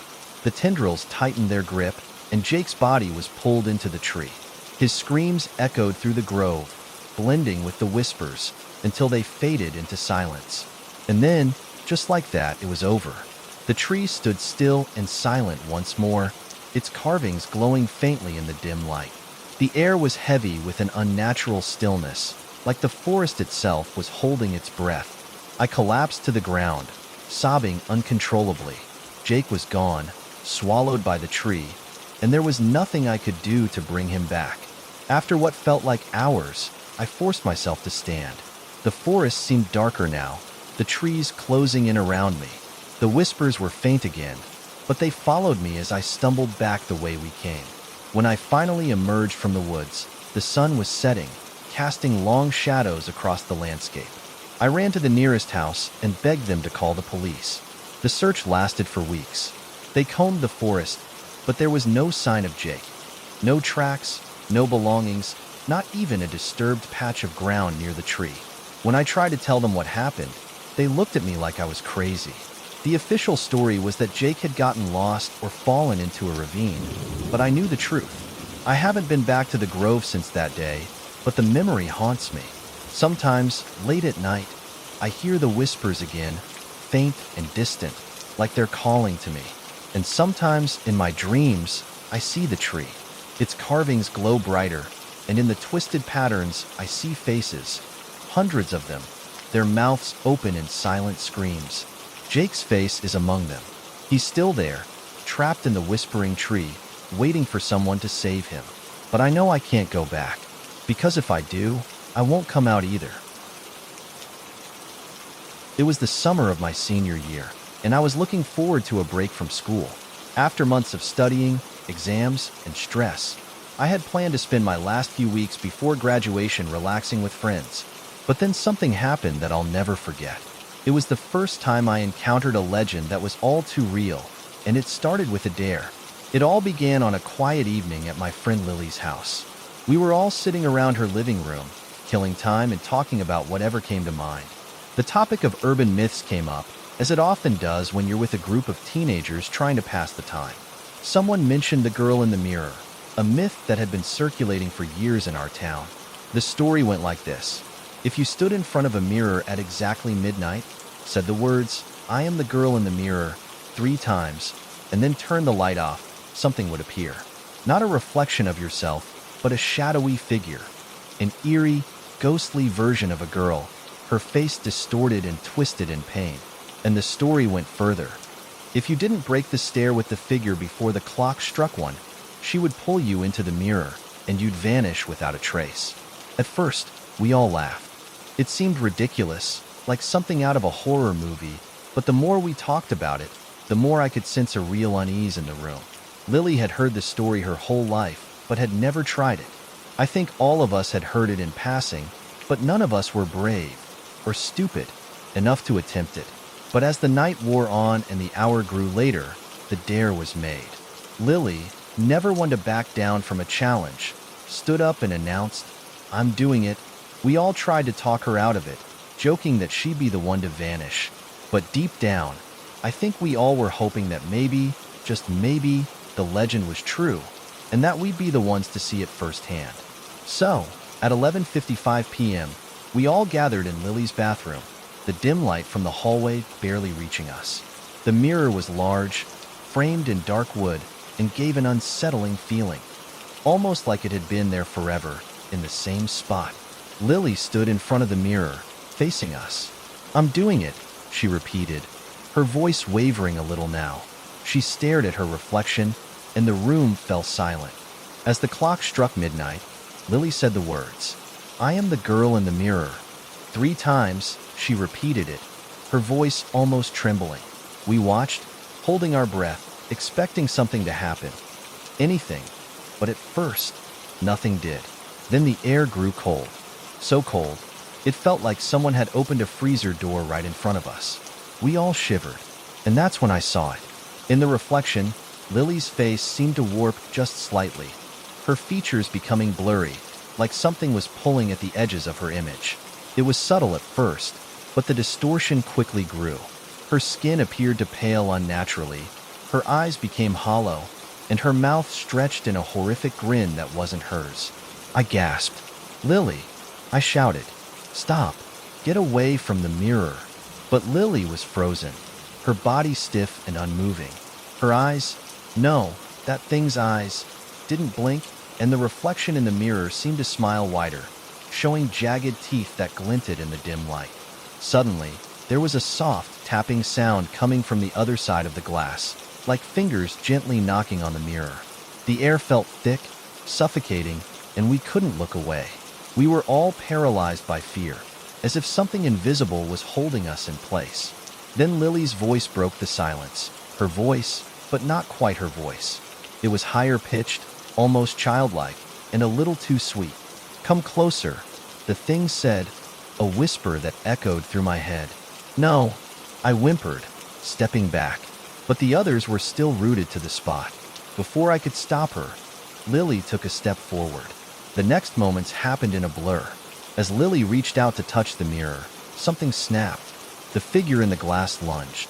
It wasn't Lily anymore. It was a twisted, pale version of her, pulling her into the mirror as though it were made of liquid. I screamed, but it was too late. Lily's hand had already disappeared into the surface, and her body followed, pulled in by invisible forces. I rushed forward, trying to grab her, but my hands touched only cold glass. The mirror was solid once more, and Lily, my best friend, was gone. We screamed. We banged on the mirror. We screamed for help, but it was useless. The figure in the mirror was gone, too. There was only Lily's empty reflection, staring back at us. The next day, I told my parents. They didn't believe me. The police were called, but they didn't find anything. There were no signs of a struggle. The mirror? It was perfectly normal. They chalked it up to some weird prank, or maybe even a breakdown in my mind from stress. But I knew what happened, and so did my friends. We couldn't explain it, but we knew Lily was gone. For weeks, I waited, hoping she would return, that somehow she'd show up at my door, laughing about some twisted joke. But she didn't. And each night, as the clock struck midnight, I heard the whispers. Faint, just barely perceptible. But there, I am the girl in the mirror. I couldn't shake the feeling that Lily was trying to tell me something, trying to warn me, and that maybe, just maybe, I wasn't meant to be the one to break the curse. It's been years since that night. I've graduated, moved to a new town, and tried to forget the story of the girl in the mirror. But sometimes, in the quiet moments before sleep, I hear a soft whisper in the back of my mind. And sometimes, when I stand in front of a mirror late at night, I catch a glimpse of something behind me, a shadow in the glass, shifting just out of reach. I've stopped standing in front of mirrors when the clock strikes midnight, but I can't help but wonder, in the dark corners of my mind, if Lily's fate was really just an accident, or if one day I might say those words too. And if I do, will the girl in the mirror come for me next? When I was younger, I loved hearing scary stories. I'd sit around a campfire or gather with friends at sleepovers, begging for another spine-chilling tale. There was one story in particular that kept coming up, one that always seemed to make everyone uneasy. It was about a road that would appear out of nowhere, and once you drove down it, you'd disappear forever. At first, I thought it was just another urban myth, something designed to scare people away from a certain stretch of highway or an area with a dark history. But that was before I had the misfortune of experiencing it firsthand. It was the summer after I graduated from high school. My best friend, Ben, and I were planning a road trip to a nearby town. We'd heard there was an old diner on the outskirts that served the best milkshakes in the state, and we thought it would be the perfect way to kick off our post-graduation freedom. We set out early in the morning, eager to explore and enjoy the open road. The town was about 3 hours away, so we were driving through some quiet, rural areas. It wasn't unusual for roads to feel empty out here. There were long stretches with nothing but trees, fields, and the occasional farmhouse. As we drove, I remember Ben mentioning the vanishing road. It was something we both heard about when we were younger, and I'd always brushed it off as nothing more than a story. You know, Ben said, keeping his eyes on the road, I've heard there's this one road out here. People say if you drive down it, you never come back. I laughed, shaking my head. It's just a legend. Some creepy tale to keep people away from certain places. I don't know, man, Ben said, glancing over at me with a half smile. There are too many stories about it. People say that the road is there 1 minute and gone the next. Maybe it's a detour, I said. You know, one of those secret shortcuts. Sure, Ben replied. But the stories say no one who drives down it ever comes back to tell the tale. The conversation died down after that, and we drove for hours without incident. The sun was high in the sky, and the roads were empty except for the occasional car. Ben turned on the radio, and we hummed along to the songs, letting the hours slip by. After a while, we came to a sign that I didn't recognize. It was weathered, faded with time, but I could just make out the words, Dead Man's Hollow. Where are we? I asked, frowning at the sign. Ben glanced at it. I don't know. This wasn't on the map. We were still on the main road, so it seemed strange for a sign like that to appear. It was like something out of a horror movie, too eerie to be real. Maybe we're just lost, Ben said. Let's keep going. I'm sure we'll come across the diner soon. We drove for another 15 minutes before things started to get strange. The road ahead seemed to stretch on unnaturally long, and the landscape around us was suddenly different. The trees grew thick on either side of the road, and the sun dimmed as if the clouds were closing in. That's weird, I muttered. The GPS just cut out. Yeah, I noticed, Ben said, gripping the wheel. But this is the way the map says to go. Just then, we passed a sign that said, Dead Man's Hollow Road, no outlet. Wait, I said. I thought we just passed that sign back there? We did, Ben said. This road isn't even on the map. It was then that I felt it.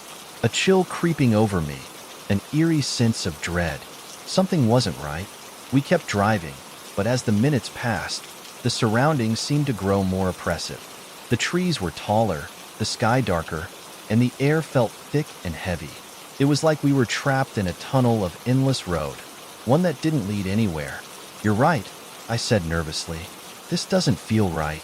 Ben looked around, his expression tight. I feel it too, but we have to keep going. I'm sure it's just a detour, but there was no detour. There was nothing ahead except for the stretch of road that seemed to never end. And then, just as I was about to suggest we turn around, something happened. The road ahead shimmered. It wasn't a mirage. There was something wrong about the way the air seemed to warp. Before I could say anything, the car lurched forward, as if something had yanked us along. The road became uneven, twisting in impossible directions. The trees were now blocking our view, and everything outside the car was obscured by mist. I looked back through the rearview mirror, but there was no sign of where we'd come from, just more mist and the dense trees. We're lost, I said, panic setting in. This isn't right. We need to turn around. Now.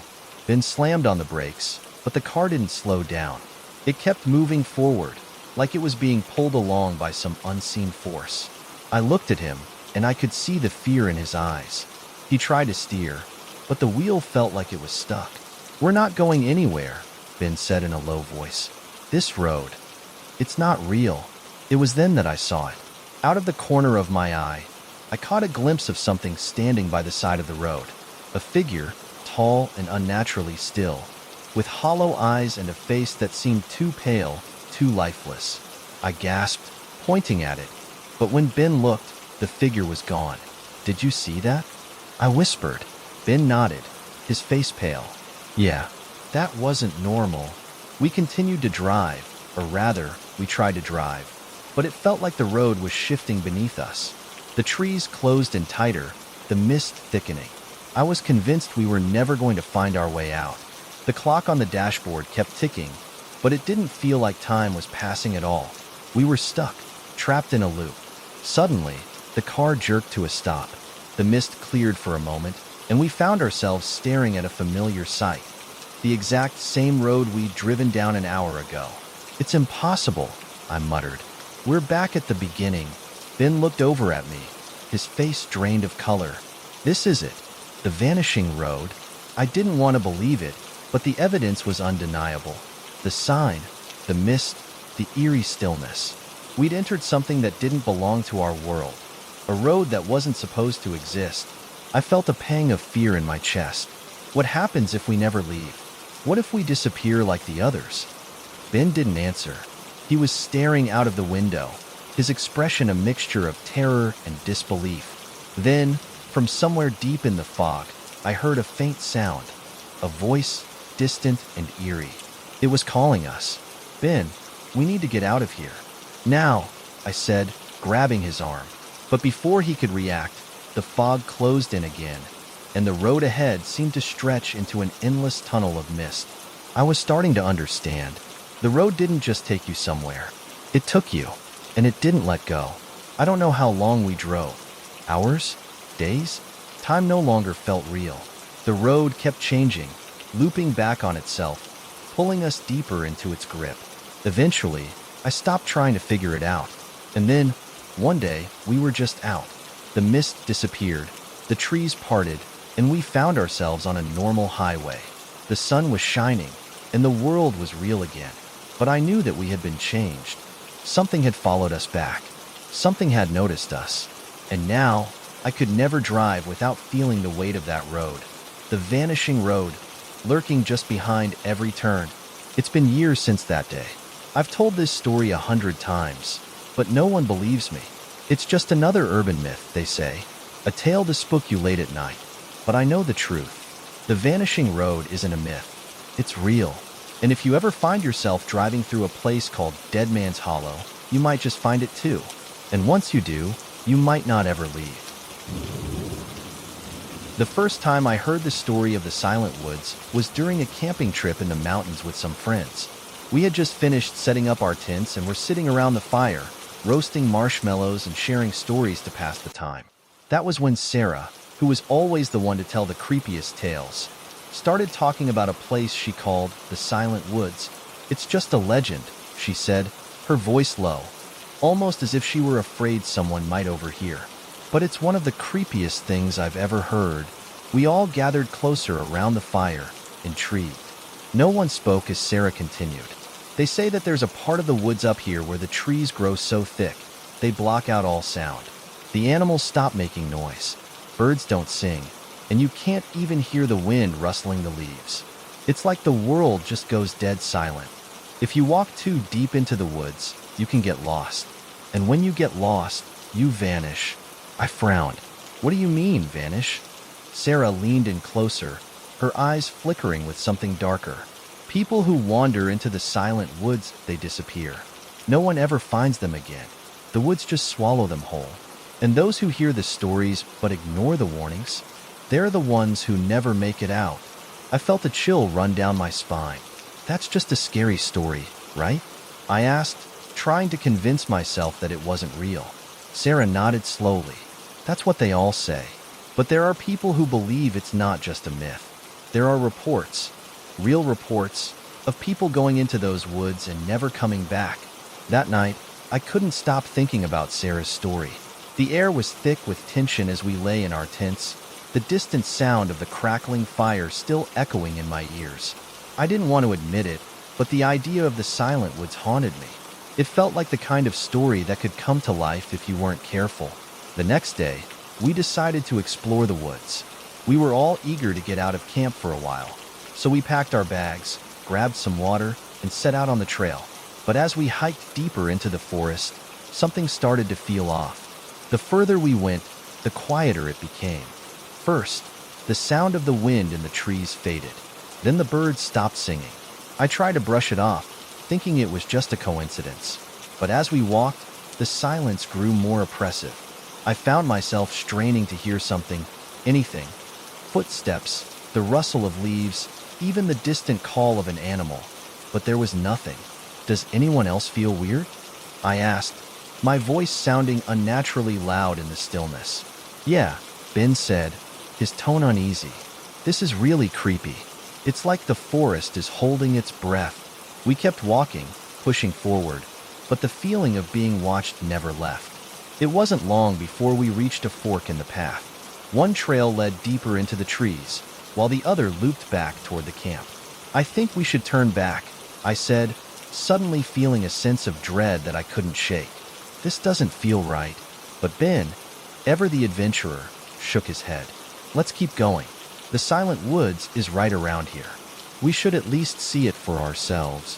Against my better judgment, I agreed to keep going. We took the path that led deeper into the forest, the trees growing thicker with each step. The silence seemed to press in on us, suffocating the air around us. I tried to shake off the feeling of panic creeping up my spine, but it was getting harder to ignore. Then, something happened. Out of nowhere, a figure appeared ahead of us. It was a man, wearing a dark jacket and a wide-brimmed hat. He was standing perfectly still in the middle of the path, staring at us with an unreadable expression. "Hey," Ben called out. "Are you lost?"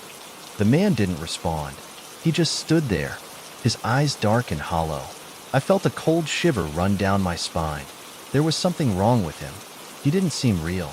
His face was too pale, and his movements were too stiff, like a puppet whose strings had been pulled too tight. "Who are you?"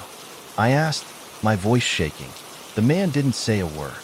He just continued to stare at us, his eyes empty and lifeless. After what felt like an eternity, he slowly lifted his hand and pointed down the trail. "Go back," he whispered, his voice barely audible. "Go back before it's too late." Before we could react, the man turned and disappeared into the trees, vanishing into the thick fog that had begun to roll in around us. "What the hell was that?" Ben whispered, his voice full of fear. "That guy, he didn't even seem real. "We need to leave," I said, panic rising in my chest. "Now." We turned to leave, but as we walked back down the trail, something strange happened. The path we had been following had changed. It wasn't the same trail we had come down. The trees were different, the ground felt unfamiliar, and the sense of unease was stronger than ever.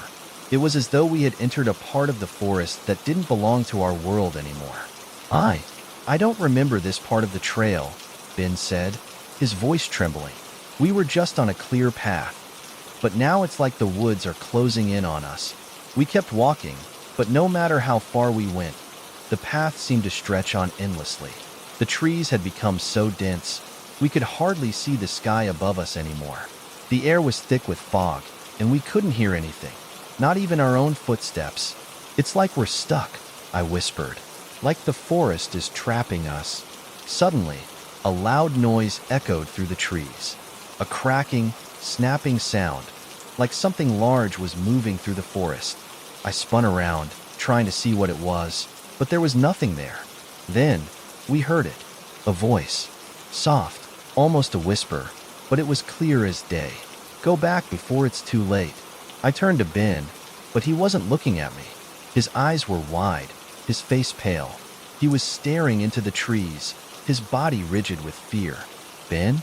I asked, my voice shaking. He didn't respond. He just kept staring ahead, his eyes locked on something in the distance. I followed his gaze, but all I saw was the thick mist swirling in the forest. And then it hit me. The silence was gone, but it wasn't the normal kind of noise you'd expect. It was a terrible, unnatural noise, a low, guttural sound, like the trees themselves were groaning in pain. "Ben!" I shouted, grabbing his arm, but he didn't move. He was frozen, his eyes locked on something only he could see. "Ben, we need to get out of here," I pleaded, but it was too late. Suddenly, Ben collapsed to the ground, his body crumpling like a rag doll. I screamed, trying to shake him awake, but he was unresponsive, his eyes wide and empty. And then, in the distance, I saw it. A shadow, a figure, moving swiftly between the trees, but not quite human. It was tall, too tall, with limbs that stretched unnaturally long. Before I could react, the figure was upon us. Its long fingers reached out, and I felt myself being pulled into the mist, the forest swallowing me whole. The next morning, the search party found our campsite, but there was no sign of us. No footprints leading into the forest. No trace of where we had gone. Just the empty tents, still packed with our belongings. They searched the silent woods for days, but all they found were whispers of the legend. Stories of others who had disappeared in that cursed place. People who had walked into the woods and never returned, swallowed by the darkness. As for me, I never made it back, and neither did Ben. If you ever find yourself near the silent woods, just remember Sarah's story. And if you hear a voice calling out from the trees, warning you to turn back, don't ignore it. Because once you walk into the silent woods, you might never come out. When I was younger, I used to love exploring abandoned places. My friends and I would scour the city for forgotten spots, old houses, factories, or anything that had been left behind by the world. But there was one place we'd always heard about, one that had been talked about in hushed tones but never visited, the Forgotten Station. A place that no one seemed to remember, but whose legend lingered in the corners of the city like a shadow. I first heard about it from my older brother, Max. We were sitting at the kitchen table one evening when he started telling me about it, as if it was the most normal thing in the world. "You know, the Forgotten Station is real," Max said, setting down his phone. "I used to hear stories about it when I was your age." I raised an eyebrow. "What is it? Some old, creepy train station?" Max nodded, a faraway look in his eyes. "It's not just any train station. It's a place that people say just disappears. You're walking through the city, and suddenly, it's there. But then, when you try to remember it later, it's like it was never there at all. No one can ever find it twice." I frowned. Sounds like one of those urban legends people tell to scare you. Like the one about the haunted hospital or the woman who vanishes at midnight. Max shook his head, his face serious. "This one's different. People who've gone there, they've never come back the same. Some of them disappear entirely. No one knows why or how, but it's always the same. When they go to the forgotten station, they never leave. That night, I couldn't shake the thought of the forgotten station. I'd heard stories like it before, but there was something in the way Max said it. Like he believed it. Like he knew it wasn't just some made-up tale. A few weeks later, my curiosity got the best of me. I couldn't stop thinking about it. I had to see the forgotten station for myself. I called up my best friend, Jake, who was always up for an adventure. "Hey, I want to check out the forgotten station. You in?" Jake was skeptical at first, but once I explained the legend, he was all in. "I'm not scared," he said. "Let's do it." We decided to go on a Saturday night. I didn't want to tell anyone else, not because I thought I was doing something wrong, but because I didn't want anyone to try to talk me out of it. I had to know if the forgotten station was real. The train tracks were a few miles out of town, near an industrial district that had seen better days. The area was quiet, especially at night. We parked a few blocks away, near a warehouse that looked like it had been abandoned for years, and started walking toward the tracks. At first, everything seemed normal. The moonlight cast long shadows across the pavement, and the sounds of the city felt far away, muted by the night. We followed the train tracks for what felt like hours, until we reached a section of the tracks where the path split. Jake stopped in his tracks, pointing at the dark space ahead of us. "Is this it?" he asked, his voice low. I wasn't sure, but there was something about the air that felt different. The atmosphere felt heavy, like something was pressing in from all sides. "I think so," I said. "Let's keep going." As we walked further, the sound of our footsteps seemed to disappear. The only noise now was the distant hum of electricity somewhere far off. It felt as if the whole world had fallen silent. Then, just as I thought I might turn back, we saw it. A flickering light in the distance, just beyond the next bend in the track. It looked like a station. The glow was soft, warm, and inviting, but something about it didn't sit right. "That can't be real," Jake muttered. "That looks like something out of a ghost story." I didn't say anything. I couldn't. There was something compelling about it, something that made me want to go closer, to see for myself.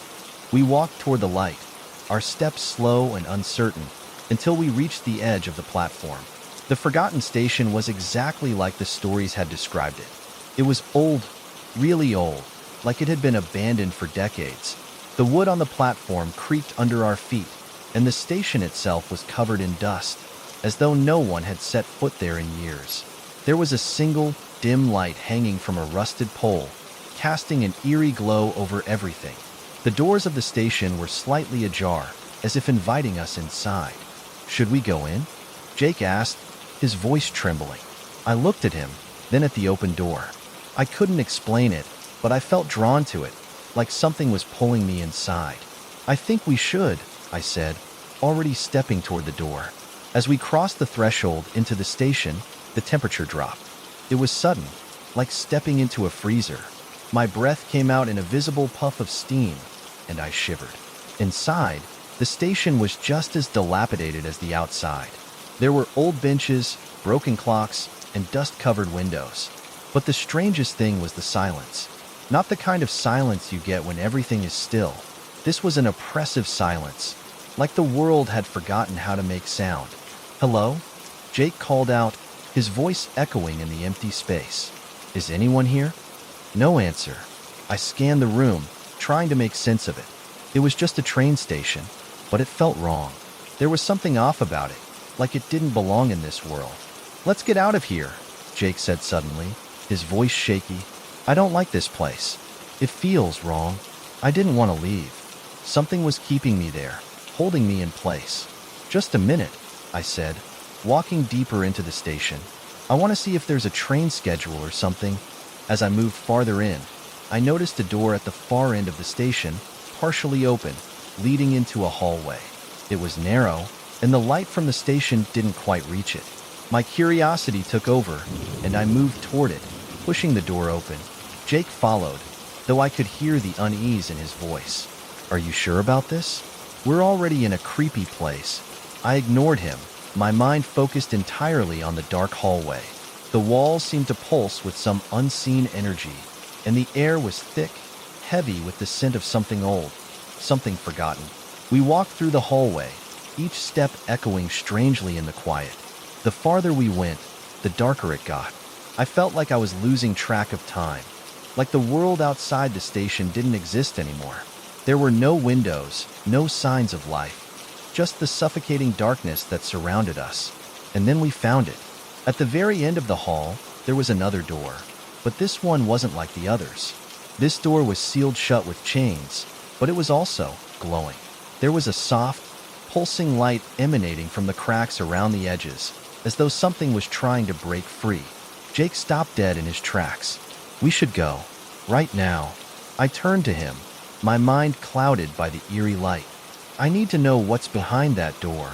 Before I could reach for the handle, I heard something behind us. The sound of footsteps, soft, faint, but unmistakable. I spun around, my heart racing. Who's there?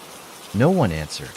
The footsteps came closer, louder, and then I saw it. A figure, just beyond the shadows, walking slowly toward us. It was tall and slender, with a face that was obscured by a dark hood. The figure was moving toward us, but not in a way that made sense. It was like it was gliding, floating, barely touching the ground. I tried to run, but my legs wouldn't move. It was as if the air itself was holding me in place. The figure stopped in front of us, and in a voice that wasn't a voice, more like a whisper in my mind, it spoke. "You shouldn't have come here." That was the last thing I heard before the world around me started to blur. The forgotten station swallowed me whole. I woke up back in the city, standing on the tracks, the forgotten station nowhere in sight. Jake was beside me, looking just as confused and terrified as I felt. Did that really happen? Jake asked, his voice trembling. Or was it just a dream? I didn't have an answer. I didn't know what had happened, but I knew one thing for sure. The forgotten station wasn't just a myth. It was real. And whatever was behind that glowing door, whatever that figure was, it didn't want anyone to find out. To this day, no one knows where the forgotten station is. People talk about it sometimes, about how it appears in the city for a short while, only to disappear without a trace. But no one has ever gone looking for it again. As for Jake and me, we don't talk about it much. It's a story we keep to ourselves, a warning to anyone who dares to search for something that's better left forgotten. Because if you ever find the forgotten station, there's no telling if you'll ever make it out again. When I was younger, I had always been intrigued by the strange and mysterious things people talked about. Most of them were stories, urban legends passed down by whispers in the dark, told around campfires or in hushed voices in the school hallways. But one story, one that I couldn't shake off, always lingered in my mind. It was about a cursed mirror, an antique that had been passed from owner to owner, each person who had it mysteriously disappearing without a trace. The story started when I first heard about the mirror from my older cousin, Rachel. She had a fascination with oddities and creepy folklore, and whenever I'd visit her, she'd tell me about the strange things she'd found. One evening, while we were sitting in her room, she pulled out a box and placed it on the bed. It was a small, wooden box, carved with strange symbols I couldn't recognize. "What's that?" I asked, my curiosity piqued. Rachel smiled, a hint of mischief in her eyes. "This, my dear, is the reason I stopped living in that house." She opened the box, revealing a small, ornate mirror. The frame was silver and decorated with intricate swirls, and though it looked old, it was beautifully polished, almost as if it had been recently cleaned. But there was something about the mirror's surface that sent a shiver down my spine. The reflection seemed too clear, too perfect. It felt like it was watching me, like it was waiting for something. "This is the mirror," Rachel said in a low voice. "The one that's cursed. The one that makes people disappear." I leaned forward, intrigued but also a little scared. "What do you mean?" Rachel's face grew serious. "It's been passed around for years. My grandmother had it, and she was the first to disappear. Then it went to my mom, and she disappeared too. The people who own it, they vanish. No one knows why. They just get drawn to it. They see things in it that aren't there. And then, one day, they're gone. Never found." I felt a chill run through me, but I couldn't tear my eyes away from the mirror. It was so small and delicate, yet I couldn't shake the feeling that it held something darker within it, something that didn't belong. "So, what happened to you?" I asked, hesitant to ask but needing to know. Rachel sighed and closed the box, as if she was trying to hide the mirror away from the world. "I kept it for a while, but after seeing what it did to my mom and my grandmother, I knew I had to get rid of it. So I moved away. But I don't think it's gone. I think it's still looking for someone to take it." That night, I couldn't stop thinking about the mirror. It haunted me in a way I couldn't explain. I tried to tell myself it was just a story, but deep down, I felt like there was more to it, like the mirror was real. I even found myself imagining what it would be like to own something so mysterious, so powerful. It's strange how curiosity works, how it makes you want to seek out the very thing you know you should avoid. A few days after I heard Rachel's story, I found myself in a small antique shop, one that I had passed by countless times but never stepped inside. I had never been interested in old things before, but that day, something pulled me in. The bell above the door jingled as I entered, and I was greeted by the smell of dust and age. Shelves lined with trinkets, furniture, and paintings covered every inch of space. As I wandered through the aisles, my eyes were drawn to a small section in the back of the store, a cabinet full of mirrors. They were all different shapes and sizes, each one reflecting the dim light of the shop. And then, my heart skipped a beat. There it was, the mirror. It was in the corner, almost hidden behind a larger, ornate mirror, but I could still make out the frame. It was the same one Rachel had shown me. The silver swirls, the gleam that didn't seem to belong. My hands trembled as I reached out to touch it. The moment my fingers brushed the cool surface, I felt a jolt of electricity run through me. I pulled my hand back, confused and unnerved. "Can I help you?" a voice called from behind me. I turned around to see the shopkeeper, an older man with a kind face but eyes that seemed too tired for someone his age. "Is this mirror for sale?" I asked, my voice quieter than I intended. The man's eyes flickered to the mirror, and for a moment, his expression darkened. "That one? It's been here for a long time. I don't usually sell it. He paused, his words trailing off as though he were searching for the right thing to say. "It's not something I recommend." "Why?" I asked, trying to ignore the fear that was building in my chest. The shopkeeper didn't respond at first, his eyes studying me carefully. "Let me just say this," he said finally. "Anyone who's bought that mirror has disappeared. It's not something you want in your life." I stared at him, unsure whether he was serious or if it was some sort of joke. But his face was grave, and I could see the fear in his eyes. "I'll take it," I said before I could think better of it. The moment I got the mirror home, I felt its presence in a way that I couldn't explain. It wasn't like anything else I had ever experienced. There was a pull to it, something that drew me in even though I knew I should stay away. The reflection seemed to shift when I wasn't looking directly at it, like the image was trying to break free from the glass. I kept the mirror in my bedroom, near the window where the moonlight could reach it at night. I couldn't stop thinking about the stories Rachel had told me, the people who disappeared, the curse that followed those who owned it. But I didn't feel like I was in danger. I just thought it was all a silly legend. I told myself I was being paranoid. But then, strange things began to happen. I started hearing footsteps at night, light and soft, just beyond the door. I'd wake up in the middle of the night, feeling like someone was watching me, but when I'd look around, there was nothing there. The mirror, though, seemed different. It didn't just reflect what was in the room. Sometimes I saw flashes of things I couldn't explain.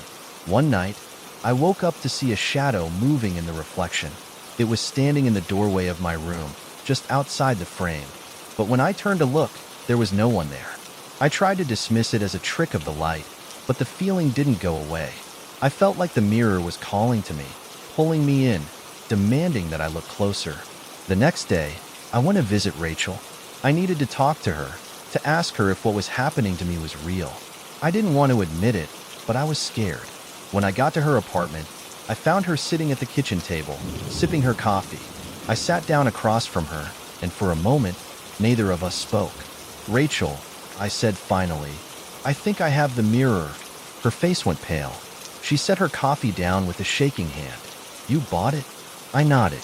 "I don't know why, but now, things are happening. I'm hearing things, seeing things in the reflection. It's like the mirror is alive. Rachel sighed deeply, her eyes full of sorrow. I knew you wouldn't listen, she whispered. I should have destroyed it when I had the chance. The mirror doesn't just show you your reflection. It shows you things you weren't meant to see. It calls to you. And when it's ready, it takes you. I stared at her, horrified. What do you mean, it takes you? Rachel's voice trembled as she spoke. People who disappear after owning the mirror, they don't die. They don't go anywhere. They're trapped in it. The mirror doesn't just reflect your image. It traps your soul. And once it has you, there's no escape. I stood up, my heart pounding. What do I do? How do I get rid of it? You have to destroy it, Rachel said, her voice barely a whisper. Burn it. Break it.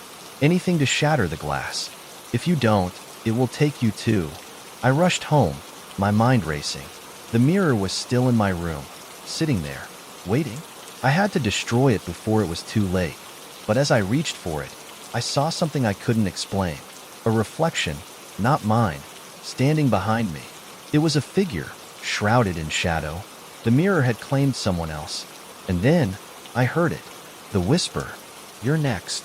They say that people who own the cursed mirror eventually disappear. That their souls are lost in the glass, trapped forever, waiting for the next victim. The mirror was passed down to me, and now I'm trapped in its reflection, watching the world continue without me. But perhaps, one day, if you find it in some forgotten antique shop or dusty corner, you'll be drawn to it too. And when you look into it. Growing up in a small town, there were always stories floating around. Whispers about strange things that had happened, things that no one could explain. Most of these stories were the kind of urban myths you'd hear around a campfire, laughed off the next morning. But there was one story that stuck with me, the kind that kept me up at night, turning the lights on in my room and checking the locks on the windows.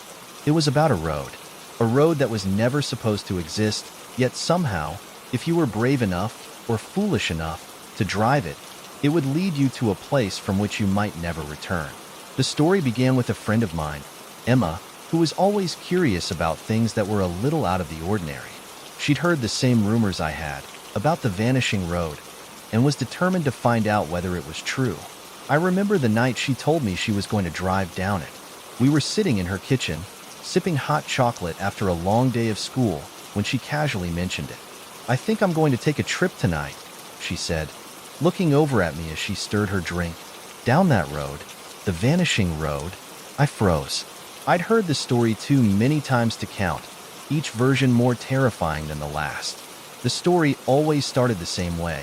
People would be driving along a normal road, sometimes late at night, sometimes during the day, and they'd see a fork. One road would lead them to a place they recognized, while the other seemed to disappear into the forest, surrounded by mist. Those who took the mysterious road would vanish, leaving behind only their car or sometimes even just their keys. "You can't be serious," I said, my voice filled with disbelief. "That road is a myth. People have been telling that story for years." Emma just smiled, her eyes sparkling with excitement. "I don't believe in myths, though. Besides, it's just a road, right? If I'm not back by morning, you can come rescue me." I didn't like the sound of that. The whole thing seemed too unreal to me, but Emma was stubborn, and when she got an idea in her head, there was no convincing her otherwise. "I'll be fine," she assured me, "and if I'm not, then you'll have a great story to tell." That night, she left. I watched her drive off, the taillights fading into the distance, and for the first time in my life, I felt an unshakable sense of dread. It was late, and the night air was thick with humidity. The kind of night where everything feels wrong, like you're being watched from the shadows. I tried to push the feeling away, but it gnawed at me. I couldn't just sit there and wait. I decided to call Emma, just to check on her. But every time I tried, the call wouldn't go through. I dialed again, and again. The same thing, no answer. My heart began to race. Panic set in as I realized that it had been over an hour since she left. I grabbed my jacket and rushed out the door, hoping I could find her and bring her back. I didn't even know where to start, but I knew one thing for sure. She couldn't have gone far, and I had to make sure she was okay. The air grew colder as I made my way toward the edge of town, the path leading out of the city becoming less familiar with each step. I had never driven to that part of town before, but I'd heard enough stories to know the direction. The vanishing road, or so they said, was hidden just outside the town's borders. I didn't know exactly where it was, but my instincts guided me toward it. When I reached the area where the road was supposed to be, I could see the faint glow of headlights in the distance. Emma's car? It had to be. My heart skipped a beat, and I rushed toward the road. But as I drove closer, I noticed something strange. The road that had been there earlier, the one that everyone used to reach the next town over, was gone. In its place was a narrow, unpaved trail, barely wide enough for a car to pass. The trees lining the path were thick, their branches twisting overhead like gnarled hands.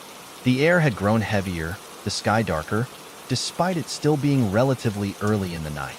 I pulled up alongside the road, my headlights casting long shadows along the uneven ground. There was no sign of Emma. Her car was nowhere to be seen. But the road, it felt wrong.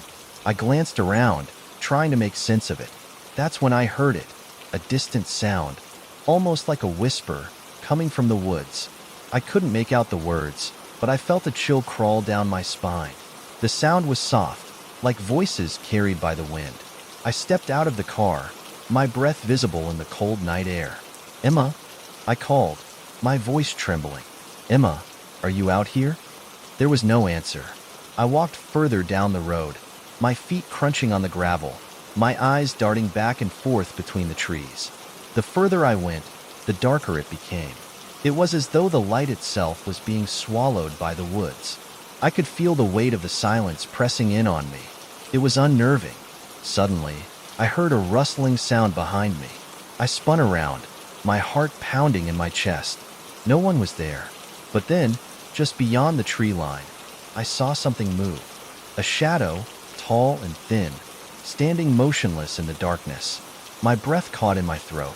It was too dark to make out any details, but I could feel its presence, like it was waiting for me to approach. I hesitated for a moment, my instincts screaming at me to turn back, but I couldn't. I needed to find Emma. I had to. I took a cautious step forward, and that's when I saw it. Something that made my blood run cold. The road didn't lead where it should have. The trees were denser here, and the ground was uneven, as if the path had been altered. But that wasn't what startled me. What terrified me was the sign. The sign stood at the edge of the road, half hidden in the shadows. It was old, weathered by years of neglect, but the words were still legible. "Turn back. It's too late." The words were scrawled in red paint, and beneath them was a warning, almost as if someone had written it in haste, desperate to stop anyone from going further. "Once you're on the road, there's no return." I could barely breathe as I read the words. My mind raced, my thoughts spinning out of control. What did it mean? And where was Emma? Just as I was about to turn around and leave, I heard a familiar sound, the low hum of an engine. Emma's car? No, it couldn't be. I whirled around to see a set of headlights coming toward me. It was moving fast, much faster than any car should be able to go on this narrow, bumpy road. I froze, my heart pounding as the headlights neared. The car passed by, but there was something strange about it. The figure behind the wheel was obscured, a blur that seemed to vanish as soon as I tried to focus on it. I couldn't make out a face, couldn't even see if there was anyone there at all. The car sped past me, disappearing into the trees as if it had never been there. Then, just as quickly as it had appeared, the road fell silent again. I turned to leave, but something stopped me. A feeling, cold and heavy, settled over me. I knew that the road wasn't just a path. It was a trap, and anyone who entered would be swallowed by it, never to be seen again. I had to get out of there, and fast. But when I reached my car, my breath caught in my throat. The engine was running, but the doors were locked. I tried to open them, but they wouldn't budge. I looked inside, and there, sitting in the passenger seat, was Emma's jacket.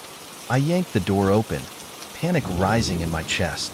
Emma wasn't in the car, but the jacket was there, folded neatly as if she had just been sitting there moments before. My hands trembled as I reached for it, trying to make sense of what had happened. That's when I noticed it, the reflection in the rearview mirror. It wasn't mine. There, in the mirror, was the figure of a woman, standing in the trees behind me. She was still, watching me with eyes that seemed far too empty. Her face was pale, her features blurred and indistinct, as though the reflection itself was beginning to fade. I turned around. No one was there. The reflection remained. And that's when I understood. The vanishing road didn't just take people, it trapped them. Trapped them in the reflections, in the shadows, in the place between reality and something darker. And once you saw the figure in the mirror, it meant you were next. To this day, no one knows exactly where the vanishing road is. Some say it appears only on certain nights. Others claim it shifts locations, just out of reach. But one thing is certain. Once you drive down it, you may never return. If you're lucky, you'll just disappear from the world. If you're not, you'll find yourself trapped forever, in the mirror, watching, waiting, with no way out. There are stories that people tell just to scare others. The kind that get passed around at sleepovers or on long bus rides. Stories so exaggerated that you can tell they aren't true the moment they're told. But then, there are the stories that are different. The ones that stick with you. The ones that make you question what's real and what's not. The kind of stories that leave you with a shiver down your spine, even when the sun is shining. The kind of story I never thought I'd find myself in the middle of. It all started with a camping trip. My friends and I had been planning this trip for months. We were all excited, ready to spend a weekend in the wilderness. It was supposed to be fun, just a bunch of friends hanging out in the woods, telling ghost stories by the campfire, and trying to survive without Wi-Fi. But none of us knew what we were getting ourselves into. I'd heard the rumors about the whispering forest before. Everyone had. You'd hear bits and pieces of it, like when you pass someone in the hall at school or overhear an older kid talking about it at the park. No one ever said much, but you could always tell that there was something unsettling about it. People would talk about strange disappearances, the kind that no one could explain. There were stories about people going into the forest and never coming out. Stories about people hearing whispers in the trees and following them, only to vanish without a trace. But these were just stories, right? Everyone in town knew about the whispering forest, and it was always talked about in the same way. Like a creepy story that was meant to keep kids out of the woods after dark. At least, that's what I told myself. The day we set out, everything seemed normal. The sun was out, the weather was perfect, and everyone was in high spirits. We drove to the edge of the forest, a place that was about an hour away from home. The trees were thick and tall, towering over the narrow dirt road that led to the campsite. As we got closer, I couldn't shake the feeling that something wasn't quite right. There was a strange stillness in the air, like everything in the forest was holding its breath. When we reached the campsite, we unpacked the car and set up our tents. The forest around us felt peaceful at first, quiet, calm, almost magical. But it wasn't long before things started to feel off. The air grew heavier, colder. The wind picked up, rustling the leaves in a way that felt unnatural. As the evening came, we gathered around the campfire. The sky had turned dark, and the forest around us seemed to close in. We sat, telling stories and laughing, but the whole time, I couldn't shake the unease gnawing at the back of my mind. I wasn't the only one who noticed it. My friend Jake, who had always been the brave one, looked around every few minutes, his eyes scanning the trees. "Does anyone else feel like we're being watched?" he asked, his voice low. I laughed it off, but deep down, I couldn't deny the feeling. There was something about the forest that didn't feel right. It was almost as if it was waiting for something. That night, we went to sleep in our tents, the sound of the fire crackling in the background. I was trying to push away the feeling that had settled over me, but every time I closed my eyes, I saw shadows moving outside my tent. It wasn't until the middle of the night that I realized something was wrong. I woke up to the sound of whispering. At first, I thought I was just dreaming, but then the whispers grew louder. They were coming from outside my tent, just beyond the thin fabric. I could hear words, but they were muffled and indistinct, as though someone was speaking to me from far away. The voices were soft, almost like a lullaby, but there was something eerie about them. It was the kind of whisper that made the hairs on the back of your neck stand up, like it was beckoning you to listen closer. I held my breath, my heart pounding in my chest. I tried to convince myself that it was just the wind, But the whispers didn't stop. They grew clearer, almost urgent. They were calling my name. I bolted upright, my hands shaking as I grabbed for the flashlight. My mind was racing, my thoughts all jumbled. There was no one out there. There couldn't be. The others were all asleep, right? I unzipped the tent and stepped outside, the cool night air hitting me like a punch. The forest was completely still. The trees towered above me, and the only sound was the distant hoot of an owl. But the whispers were still there, echoing in the trees, coming from deeper within the forest. I turned back toward the campfire, ready to wake up my friends and leave. But before I could take a step, I saw something that froze me in place. A figure, standing just beyond the campfire's glow. I couldn't make out its features, but it was tall, unnaturally so. The figure was cloaked in darkness, its form blending with the shadows. For a moment, it felt like I was staring at something that wasn't supposed to be there, something that shouldn't exist. The figure didn't move, didn't speak. It just stood there, watching. I called out, but my voice was weak, trembling. "Hey, is someone out there?" There was no response. I took a step forward, trying to gather my courage, but the whispers grew louder again, almost deafening. They seemed to swirl around me, as if the forest itself was speaking. It wasn't just a voice anymore. It was a chorus, a chant that pulled at my mind, drawing me in. I turned to run, but the whispers seemed to follow me, getting louder with each step. I could hear my friends stirring in their tents, but I couldn't stop. I couldn't breathe. It was like something was trying to drag me back into the forest. I finally reached my tent and dove inside, trying to close the flap as quickly as I could. My heart was racing, and I could feel the sweat on my palms. My thoughts were a blur. I couldn't shake the feeling that the forest was alive, that it was waiting for something, or someone. The next morning, when I woke up, the others were already up, sitting around the fire, their faces pale. "You guys didn't hear anything last night?" I asked, my voice shaking. They shook their heads, looking at me as if I was crazy. "What are you talking about?" Jake asked, frowning. There was nothing. We all slept fine, but I knew what I had heard. I knew the whispers had been real. We spent the rest of the day hiking through the forest, trying to push away the strange feeling that had taken over. But the longer we stayed, the stranger it got. The trees seemed to close in on us, and the air felt heavier with each step. The whispers had stopped, but the sense of being watched never went away. That evening, we packed up our things and decided to leave. I didn't care how much of a coward I seemed. I just wanted to get out of that forest. But as we drove away, I glanced into the rearview mirror, and for a split second, I thought I saw something in the trees, a dark figure watching us leave. It wasn't until the next day that I found out what happened to the others. The police found them a week later, but not in the way you might think. There was no sign of a struggle, no sign of anything at all. It was as if they had simply disappeared into thin air. The forest, the whispering forest, had claimed them, and no one knew why.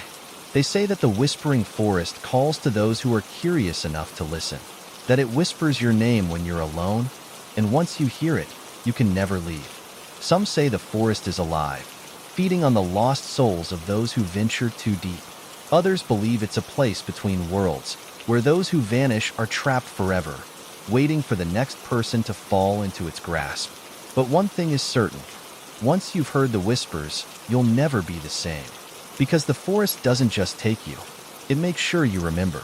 And if you're unlucky enough to find it, you may never find your way back out. That's why no one goes near it anymore.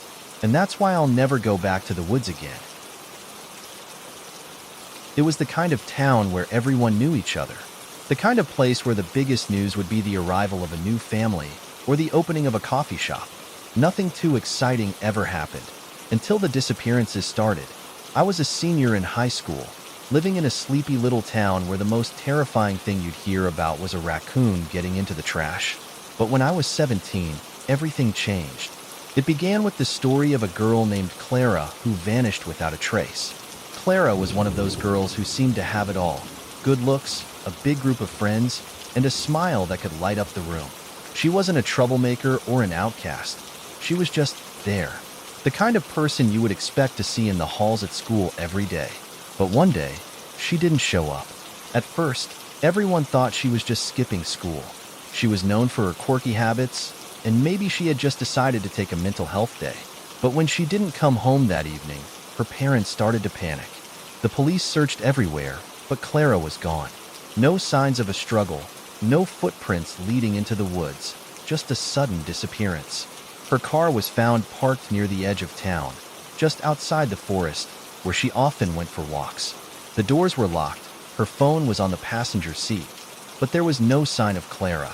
The town went into a frenzy. Everyone whispered about it. Rumors spread like wildfire. Some people thought she'd run away, others believed she had been kidnapped. But there was one story that stuck with me, one story that made my skin crawl. It was a story that had been told for generations, passed down like a warning. The story of the hollow eyes. They said that the hollow eyes were a creature, or maybe a curse, that existed deep in the woods just outside our town. The story was always vague. No one could agree on the exact details. Some said the hollow eyes were human once, but they had been transformed by an ancient evil that lived in the forest. Others claimed they were never human at all, but instead something darker, something that fed off fear. The only thing everyone agreed on was that the hollow eyes were always watching, always waiting for someone to wander too far into the woods. They say that if you venture into the forest at night, you'll see them, two empty, black sockets staring back at you from the shadows. If you look too long, the eyes will start to follow you, tracking your every movement. And if you make the mistake of looking directly into them, they will take you. You'll disappear, just like Clara. At first, I thought it was just a story, like all the other ghost stories the older kids told us when we were younger. But after Clara's disappearance, I began to wonder if there was more to it. The hollow eyes were no longer just a myth. They had become something real, something that was lurking just beyond the edge of our town. It was a Saturday afternoon when I decided to go looking for answers. Clara had been missing for 3 weeks, and there was no sign of her anywhere. The police had all but given up, and the town had started to move on. But I couldn't let it go. I had to know what happened to her. I knew the forest well. It was a vast stretch of trees that bordered the town, and I had spent countless hours hiking and biking through it when I was younger. But I had never ventured into the deeper parts of it, the parts where the trees grew thick and twisted, where the light barely touched the ground. That's where Clara had been last seen, and that's where I was going. I set off in the late afternoon, just as the sun was beginning to dip below the horizon. The air was cool and crisp, and the wind rustled the leaves in a way that made the forest seem alive. I was nervous, but I pushed the feeling aside. After all, I wasn't superstitious. The hollow eyes were just a story, right? I walked for what felt like hours, deeper into the forest, my footsteps muffled by the thick layer of fallen leaves beneath me. The sun was almost gone now, and the darkness was starting to creep in, making the trees look even more ominous. I tried to shake off the feeling that I was being watched, but the further I went, the stronger it became. It was like the woods themselves were holding their breath, waiting for something to happen. I stopped for a moment to catch my breath, leaning against a tree. The silence was overwhelming. I had no idea how far I had gone, but the familiar sounds of the town, cars passing by, people talking, dogs barking, were now completely gone. It was as if the world outside the forest didn't exist anymore. That's when I heard it. A faint sound, almost like a whisper, coming from deeper in the woods. It was soft at first, like the wind through the trees, but then it grew louder. The whispering was strange, almost like a voice, but it was too distant to make out the words. My heart started to race, and I felt the hairs on the back of my neck stand up. The whispers seemed to be calling me, beckoning me further into the darkness. Against my better judgment, I followed the sound. My feet carried me through the trees, each step taking me further from the path, further from the safety of the town. The whispering grew louder, clearer, and I felt a cold shiver run down my spine. I wasn't alone. I didn't want to look, but I had to. The sound was coming from all around me, and I couldn't help but turn my head to see if someone was there. And that's when I saw them. 2 eyes, glowing in the darkness. At first, I thought it was a trick of the light. But no, they were real. They were there, just beyond the trees, staring at me. The eyes were black, deep and empty, like holes in the very fabric of reality. They were hollow, devoid of any human emotion, and they seemed to pull me in, drawing my gaze toward them. My breath caught in my throat, and I stumbled backward. The eyes didn't blink, didn't move. They just stared at me, watching, waiting. I turned and ran. I didn't care about the whispers anymore. I didn't care about anything but getting out of that forest. My heart pounded in my chest as I pushed through the trees, not daring to look back. The darkness seemed to close in on me, and the air felt heavier with every step. The whispers were still there, following me, growing louder and louder, until they were all I could hear. Finally, after what felt like an eternity, I broke through the tree line and into the open field. I didn't stop running until I reached the road, my breath ragged and my legs aching. I looked back, expecting to see the eyes in the distance, but there was nothing. I had made it out.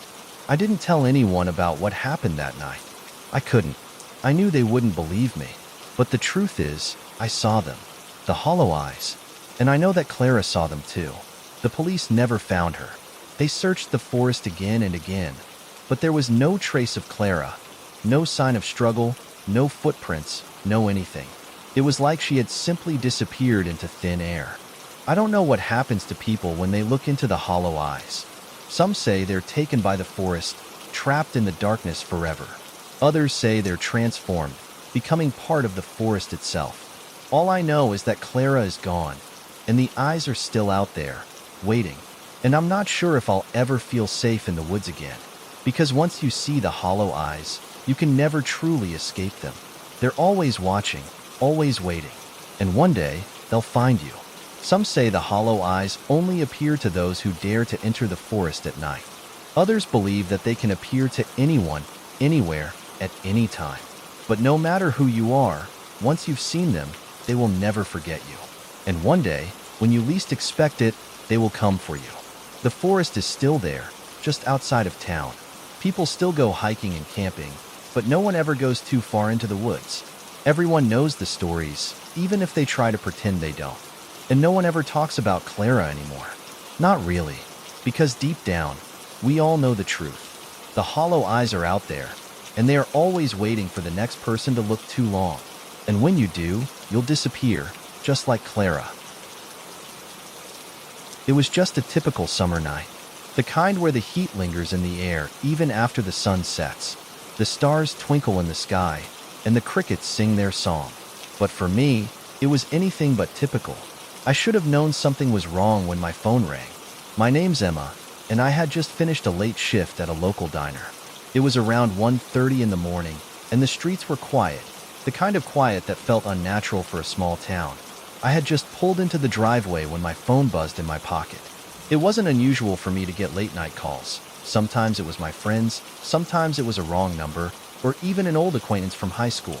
But this time, when I looked at the screen, my heart skipped a beat. It was an unknown number. Normally, I'd ignore it and let it go to voicemail. But something made me answer. "Hello?" I said, my voice still a little groggy from a long day. There was a long pause. I thought the call had dropped. Then, a voice, low and cold, filled the line. "Emma," it whispered. My blood ran cold. The voice was familiar, but I couldn't place it. "Who is this?" I asked, my heart pounding. I felt a chill in the air, like something wasn't right. It wasn't just the oddity of receiving a late-night call from a strange number. There was something in that whisper that made the hair on the back of my neck stand up. The voice spoke again, but this time, it was closer, clearer. "It's me, Ethan." Ethan. My mind raced as I tried to make sense of it. Ethan was my little brother. He was 13, and we had been close when we were younger, but things had changed over the years. He had become more of a loner, spending hours on his computer or in his room, rarely talking to anyone. The last time I saw him was last week when I visited our mom's house for dinner. Everything seemed normal then, but now, hearing his voice so late at night, it felt wrong. "Ethan, what are you doing calling me at this hour? You scared me." I tried to laugh it off, but the laughter didn't sound right even to me. There was another long pause, and then, almost in a whisper, he said, "Emma, I need you to listen carefully. Don't hang up." I froze. The tone of his voice was different than usual, urgent, frantic even. I could hear something in the background, like a faint buzzing or static. "Ethan, what's going on?" I asked, now fully alert. I'm stuck. I need you to help me." "Stuck? Where? What are you talking about?" I felt my stomach twist in confusion. "I'm lost, Emma. In the woods, the old path." Ethan's voice cracked. I went too far. The woods. My mind flashed to the woods behind our childhood home. The old forest trail we used to explore as kids before we stopped going out there. No one had been back there in years. The woods were dense, dark, and full of stories that made everyone nervous. I thought it was just a place for kids to get scared, but hearing Ethan's voice made me question everything. "Ethan, you need to come back home, right now. I'll call Mom. Just stay where you are." I was already pulling my car keys from my pocket, ready to drive to him, but Ethan's voice stopped me. "No, you can't. It's too late. It's already here." "Ethan, what are you talking about?" I was starting to panic. My pulse quickened. "What's here? What's going on?" But the line went silent. "Ethan? Ethan, talk to me." I shouted into the phone, my grip tightening around the device. But there was nothing, just the eerie static that now filled the line. The sound of the buzzing grew louder in my ears, and for a moment, I could almost hear breathing, heavy and slow, like someone was standing right next to me. But there was no one in my driveway, no one in the house, just the cold, still night. I slammed my hand on the car door, desperate for some kind of answer, but it was all too quiet. And then, the phone clicked off. I stared at the screen. My heart was hammering in my chest. That was too strange, too surreal. There had to be a rational explanation. Maybe Ethan was just playing a prank on me, but it didn't feel like that. The fear in his voice, the desperation, it was real. I jumped into my car and sped to our mom's house, all the while trying to call Ethan back. No answer. It went straight to voicemail every time. I called my mom too. She didn't answer either. Something wasn't right. By the time I reached the edge of town, the moon was high in the sky. The trees on either side of the road cast long shadows, the path leading into the woods like a dark tunnel. The place that Ethan had talked about, the old path, was just ahead. I could feel my stomach tightening as I neared it, and my hands gripped the steering wheel even tighter. When I pulled over to the side of the road and got out of the car, I noticed something strange. There was no sound, no animals, no crickets, no wind. The world around me was eerily still. Even the air felt wrong. It was thick and heavy, like it was pressing down on me. I stepped cautiously toward the tree line, scanning the darkness ahead. I called Ethan's name again. Nothing. No response. The quiet was suffocating. That's when I saw it. A figure standing at the edge of the woods. At first, I thought it was Ethan, but as I looked closer, I could see that it wasn't him at all. The figure was too still, too stiff, and as I stared at it, a sense of dread washed over me. The figure was tall, unnaturally so, and I couldn't make out any details. It was like the darkness itself was draped over it. But there, in the faint light of the moon, I could see something terrifying. Two glowing eyes, empty and hollow, staring right at me. No expression, no emotion, just empty voids. My heart slammed against my chest, and for a moment, I couldn't breathe. I turned and ran back to my car, not daring to look back. My body was shaking, and I could barely hold the steering wheel as I peeled away from the edge of the woods, my tires screeching in the silence. The phone rang in my pocket, and without even checking, I answered it. "Ethan?" I gasped, my voice trembling. But it wasn't Ethan. The voice on the other end was low, distorted, like it was coming from underwater. It whispered my name, but it wasn't my brother. It sounded like something else, something not human. "Emma, you should have stayed away." The line went dead. My mind raced as I floored the car pedal, not knowing where I was going, just needing to get out of there. I didn't stop until I reached my mom's house, my mind still reeling from what I had just seen. Mom was waiting for me, her face drawn with worry. She hadn't heard from Ethan either. We called the police immediately, but they found no sign of him in the woods. The search continued for days, but there was no trace of my brother, no sign of where he had gone. They eventually gave up, chalking it up to him running away. But I knew the truth. Ethan hadn't run away. He hadn't just vanished. He had disappeared, just like the people in the stories. The ones who had ventured into the woods, following something they didn't understand, only to never come back. They say there's something in those woods. Something old and ancient, a presence that watches and waits. And once it knows you're there, it won't let you leave.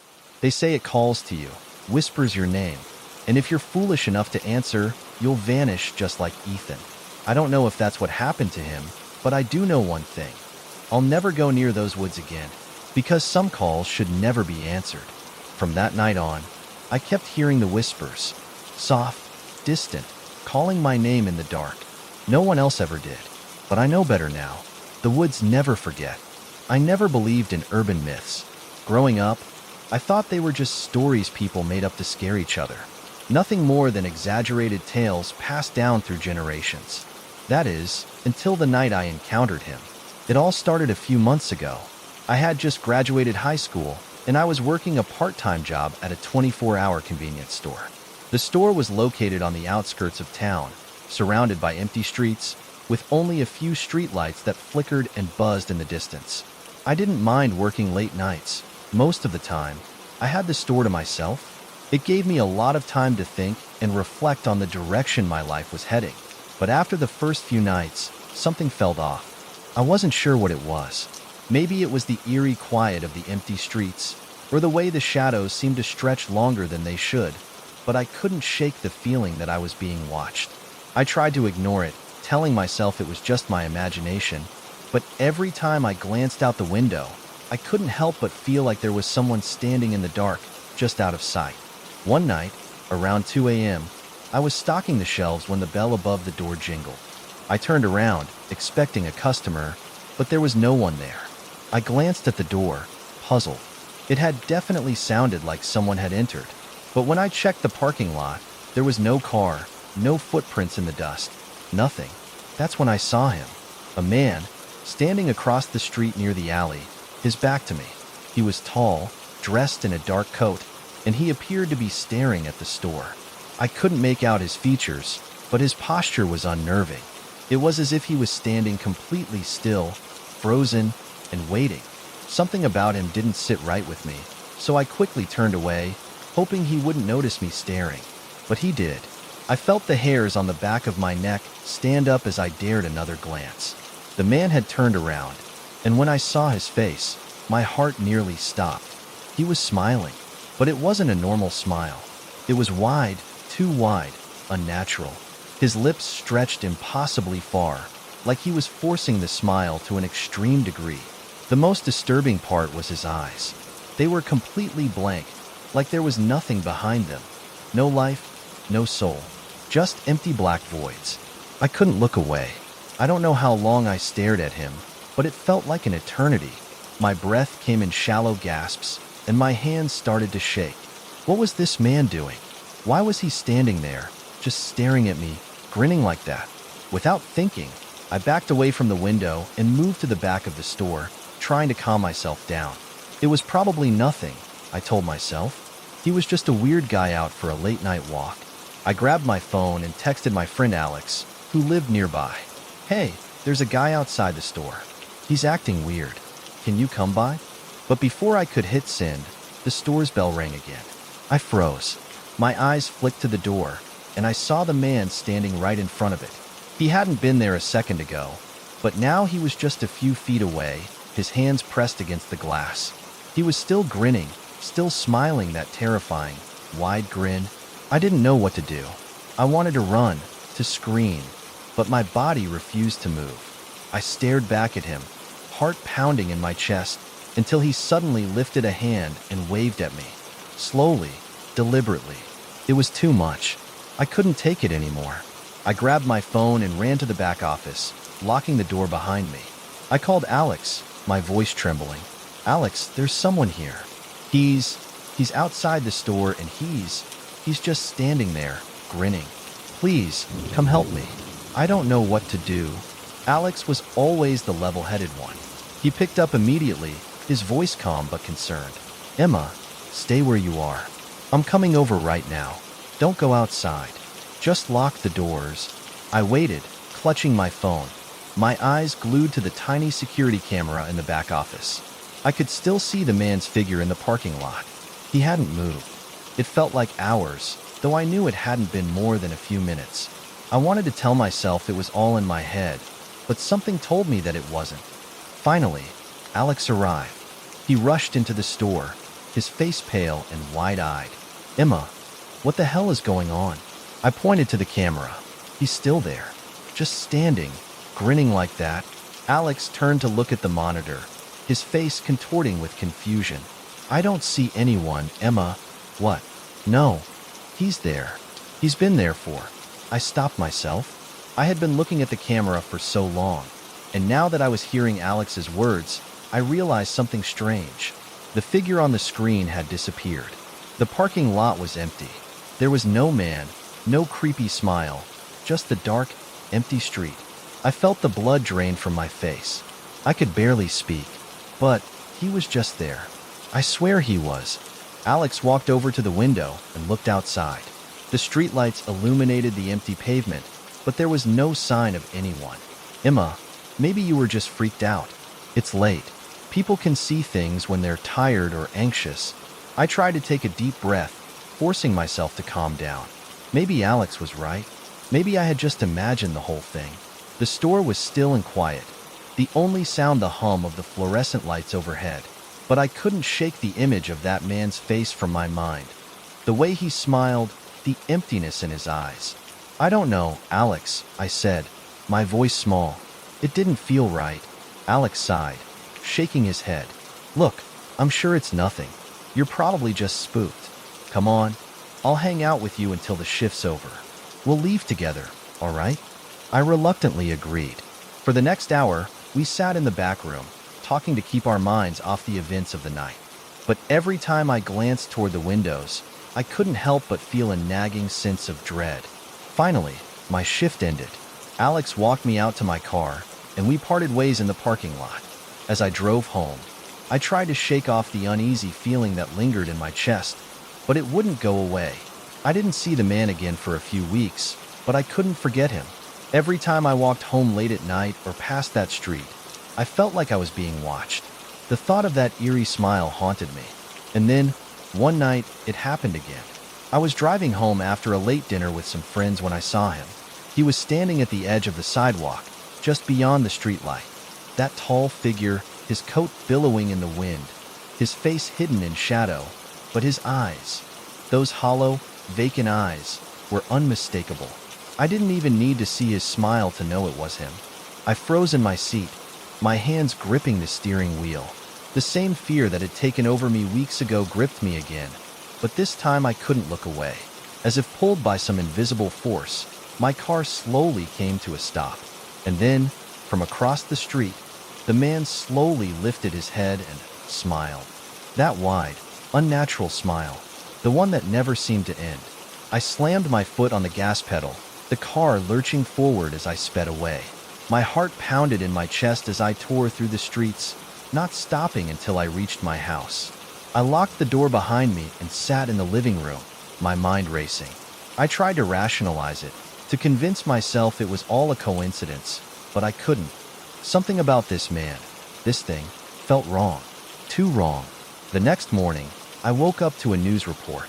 It wasn't unusual for people to go missing in our town. People came and went all the time. But this one was different. The report talked about a series of disappearances over the past month, and the one thing all the missing people had in common was that they had been last seen walking alone at night. And what chilled me to the bone was the description. A tall man with a wide, unsettling smile. That's when I realized. The man wasn't just some random stranger. He was a part of something darker, a myth that had somehow become real. I don't know who he is or where he comes from, but one thing's for certain. Once you see the smiling man, you're never truly alone again. From that day forward, I couldn't shake the feeling that he was always watching, always waiting. And I'm not the only one.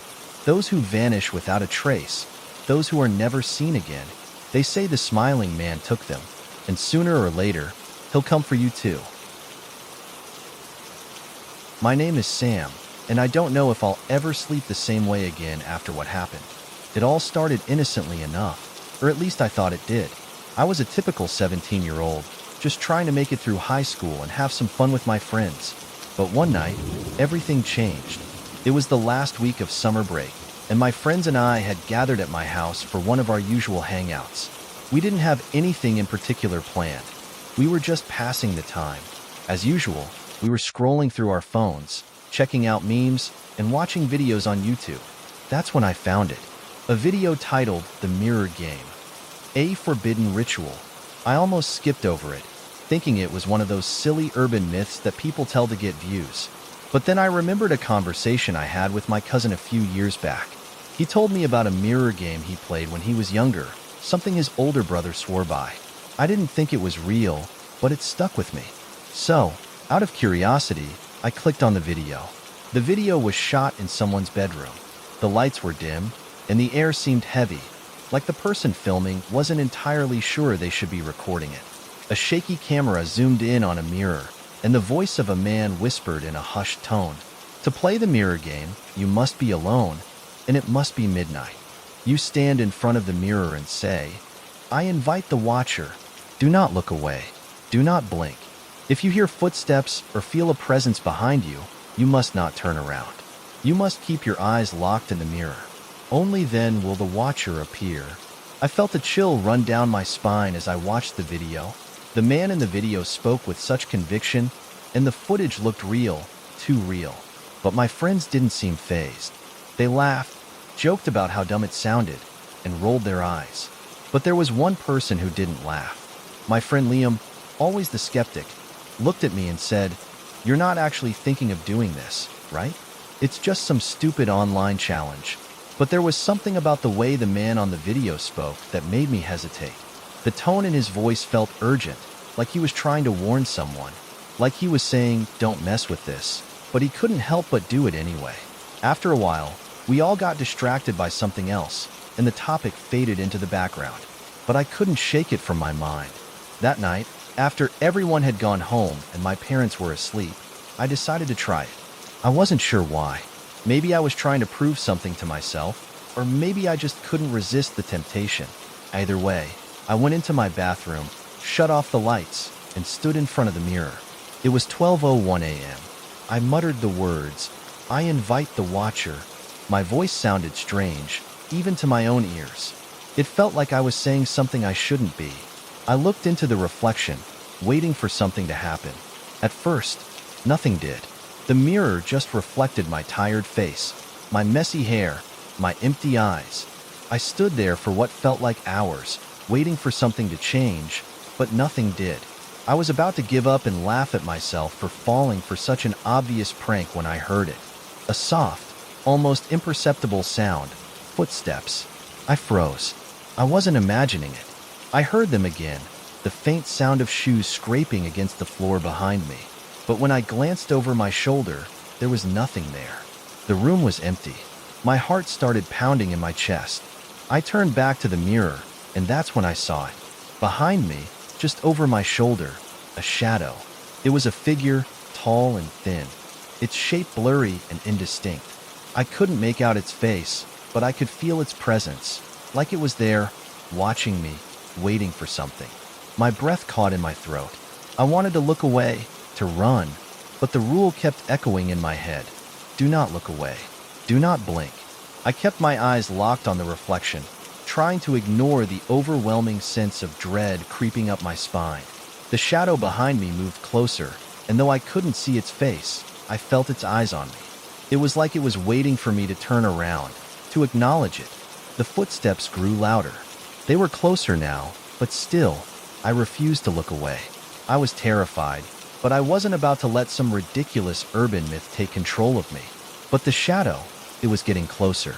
The temperature in the room seemed to drop, and I felt my breath become visible, like the air had turned cold, almost freezing. That's when I heard the whisper, "Don't turn around." I knew it wasn't my voice. It came from behind me. I wanted to scream, but my throat went dry. I couldn't move. I couldn't even breathe. The figure, still just a shadow, was now right behind me, its form swirling like smoke.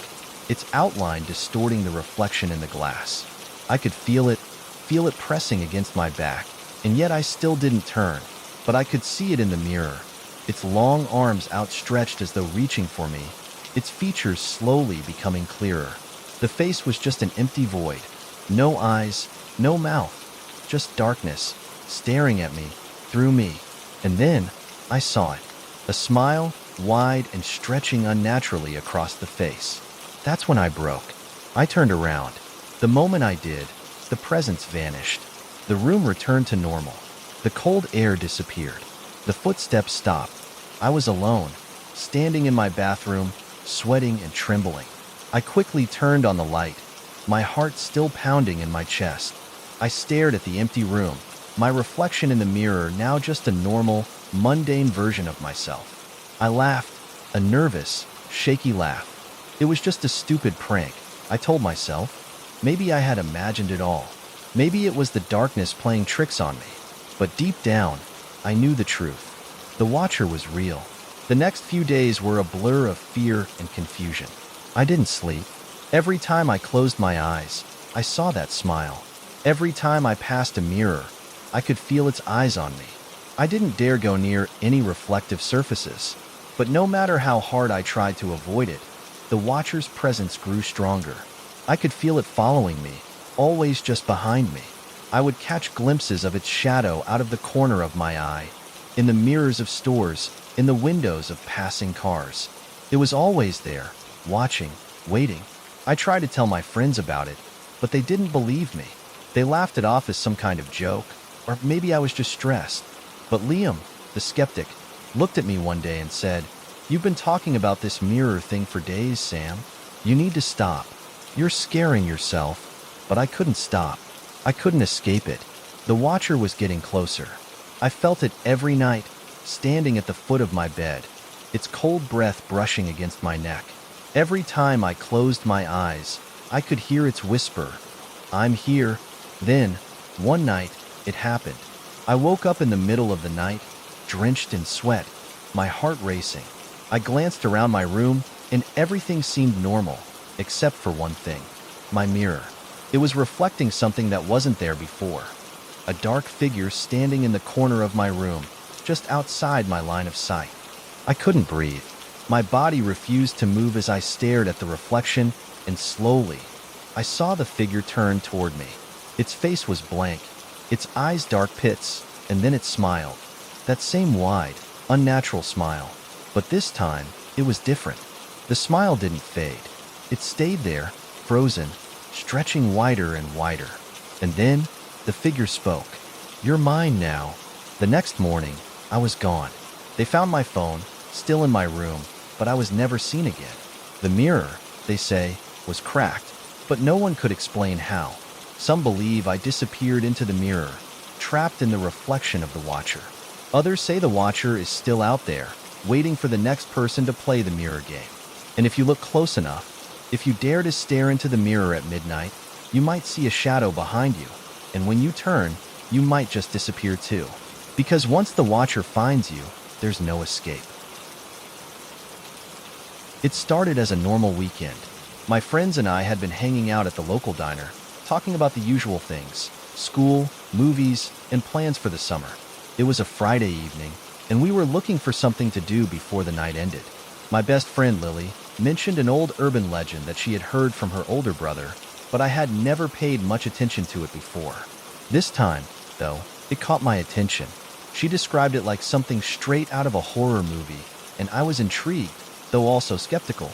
The story was about Hollow Creek, a place about an hour's drive from town. The legend went that at the edge of Hollow Creek, there was an old bridge, an abandoned spot shrouded in mist and shadow. People who had dared to venture there had vanished without a trace.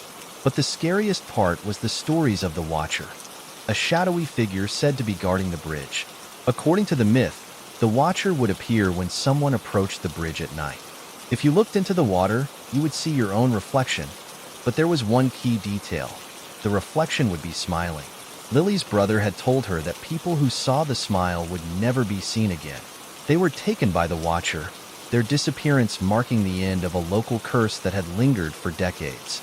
The townsfolk believed the Watcher was a spirit, born from an unsolved tragedy years ago. A tragic death of someone who had been wronged. Those who dared to cross the bridge, no matter how curious, always ended up disappearing. My friends laughed it off. A spooky urban legend. Classic. One of them, Kyle, said, his voice dripping with mockery. We all agreed it was just a story to scare us, like so many other urban myths. But deep down, I could feel something unsettling. It wasn't just the myth itself. It was the way Lily told it. So calm, so convinced. She wasn't scared, but there was something in her eyes. Something that told me this wasn't just some made-up tale. Let's go check it out tonight, Lily suggested suddenly, her face lighting up as if she'd been planning this all along. We're going to drive to Hollow Creek and see it for ourselves. We'll laugh it off and leave. Just a quick trip, nothing too serious. We all exchanged uncertain glances. Some of us were more hesitant than others, but the promise of adventure, and maybe a little bit of fear, was too much to resist. So, we piled into Kyle's car, ready for a night that would change everything. The drive to Hollow Creek was eerie. The winding road seemed to stretch on forever, the trees thick and looming on either side, casting shadows that seemed to reach toward us. The further we drove, the quieter the car became. The only sound was the low hum of the engine and the occasional rustle of leaves in the breeze. I could feel the tension building in my chest, but I brushed it off as nothing. After all, it was just a myth. When we finally arrived, we parked the car a little way off from the bridge. The moon hung low in the sky, casting an eerie glow over the landscape. The trees surrounding the creek seemed to whisper in the wind, their branches swaying ominously. We could see the outline of the old bridge in the distance, barely visible through the thick mist that had settled over the water. It's just a bridge, guys, Kyle said, stepping out of the car. No big deal. But even as he said it, I could tell that none of us really felt that way. We all knew something was off, but the allure of the myth, the thrill of the unknown, pushed us forward. We made our way toward the bridge, the gravel crunching beneath our feet. The closer we got, the more oppressive the atmosphere became. The air was thick and damp, and the mist seemed to grow heavier, swirling around us like it was alive. We stood at the edge of the bridge, looking down at the dark waters of the creek. Are we really going to do this? I asked, my voice barely above a whisper. Of course, Lily replied, her tone calm, but there was an edge of uncertainty to her words. We're just going to look around, maybe snap a few pictures for fun. But none of us moved. We stood there, staring at the water, each of us caught in our own thoughts. The legend of the Watcher felt more real in that moment than it ever had before.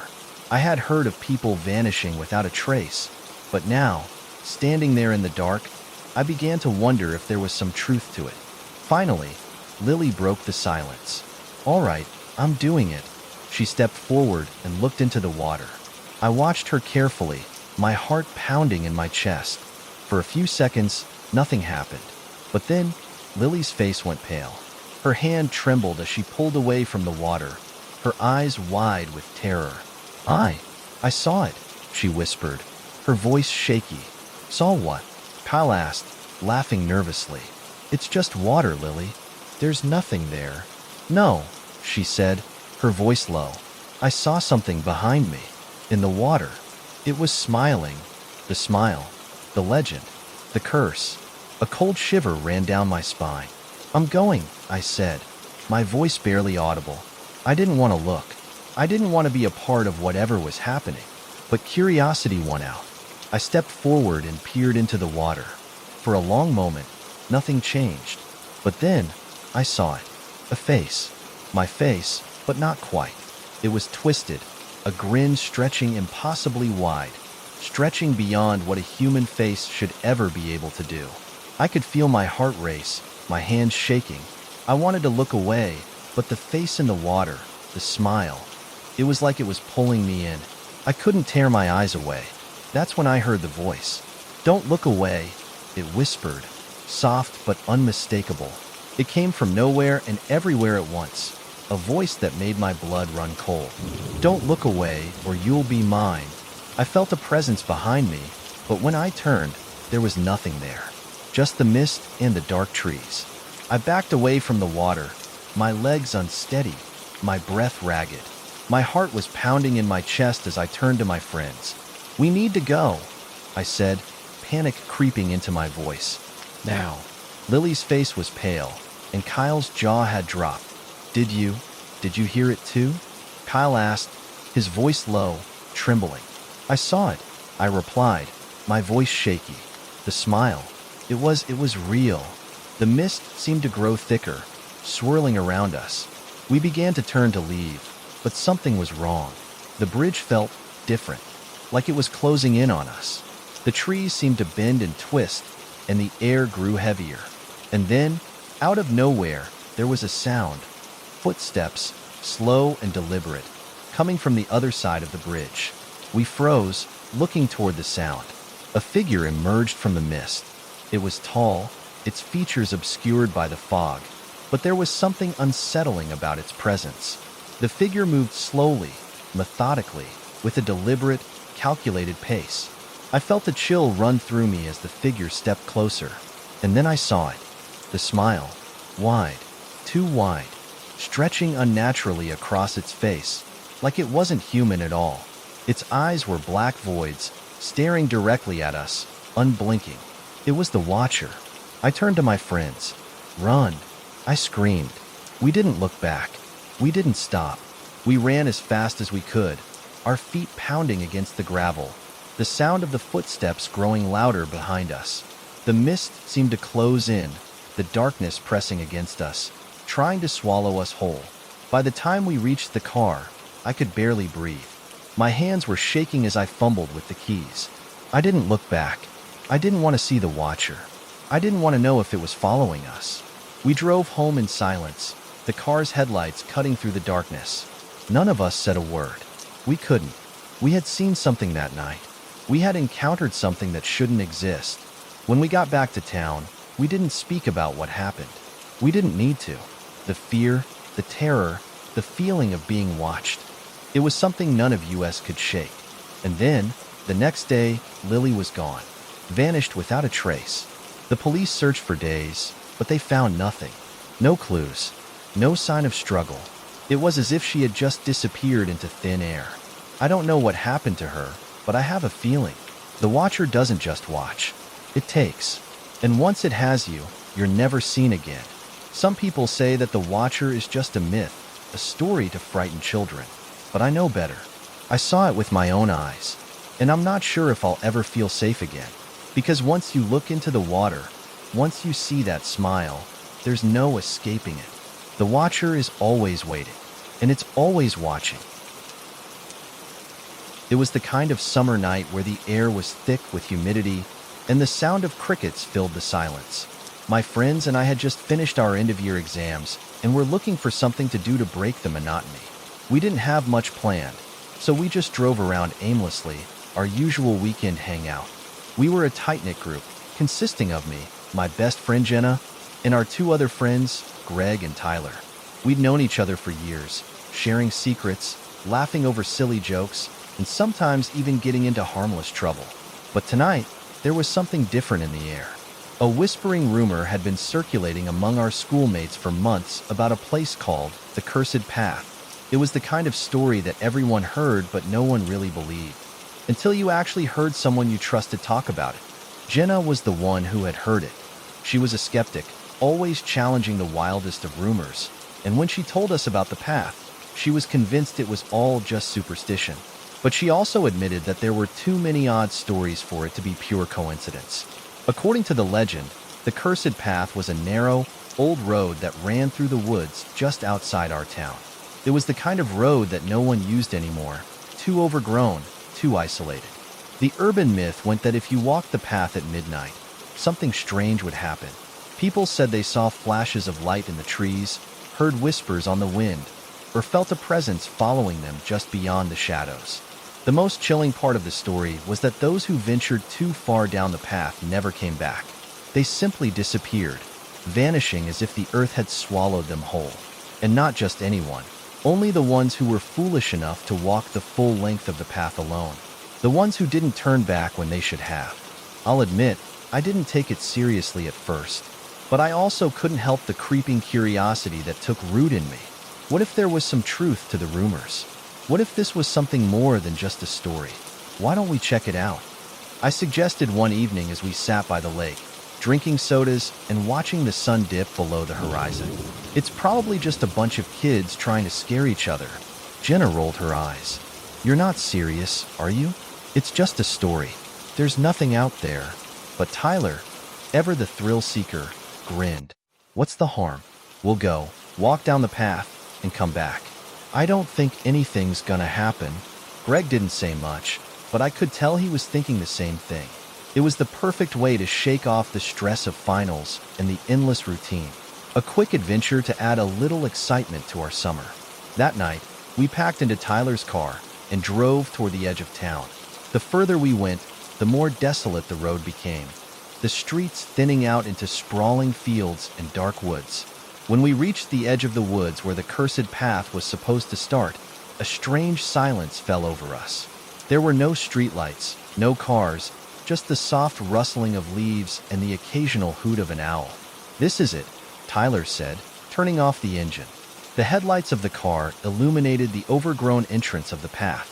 It looked nothing like the scary place the stories had described, just a narrow road surrounded by trees.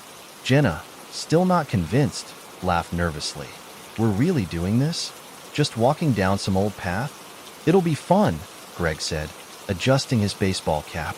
Let's just get this over with. We stepped out of the car and walked towards the beginning of the path.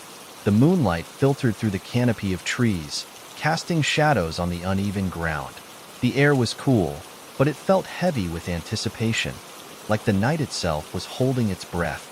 The path itself was barely visible under the thick brush and vines that had overrun it. The trees seemed to lean in on both sides, their twisted branches reaching overhead like bony fingers. The further we walked, the more oppressive the atmosphere became. The usual night sounds of crickets and rustling leaves had quieted, leaving only the soft crunch of our footsteps as we made our way forward. We didn't speak much at first, but the silence began to feel strange, unnatural. Every so often, I could feel someone's gaze on me, a pressure on the back of my neck that wouldn't go away. It was like something was watching us from the shadows, waiting. Okay, guys, let's just get to the end and turn back, Jenna said after a few minutes, her voice a little shaky now. This place is freaking me out. Almost there, Tyler said, grinning. We're fine. But as we walked deeper into the woods, something changed. The temperature dropped suddenly, and a strange fog began to roll in, thicker than any mist I had ever seen. It swirled around our ankles, making the air feel damp and cold. I glanced back and saw that the path behind us was already obscured, the entrance to the woods barely visible through the fog. That's weird, Greg said, his voice tight with unease. It wasn't this foggy when we walked in. I felt it too. There was something wrong. The air had become thick, almost suffocating, and I could no longer shake the feeling that we weren't alone. Let's go back, I said quickly. This is creepy. But as we turned to head back, the fog seemed to grow thicker, closing in around us like it had a mind of its own. I could no longer see the entrance to the path, only more trees and the faint outlines of my friends. It felt like we were trapped in the woods. That's not possible, Tyler muttered, pulling his phone from his pocket. I should be able to see the car from here. Where did it go? The fear in his voice made my heart race. The thought of being lost in the woods in the middle of the night was terrifying. But it wasn't just that. There was something else, something darker. Something was pulling at the edges of my mind, whispering for us to stay. It felt like the woods wanted us here, that we weren't meant to leave. Guys, we need to get out of here, Jenna said, her voice shaking.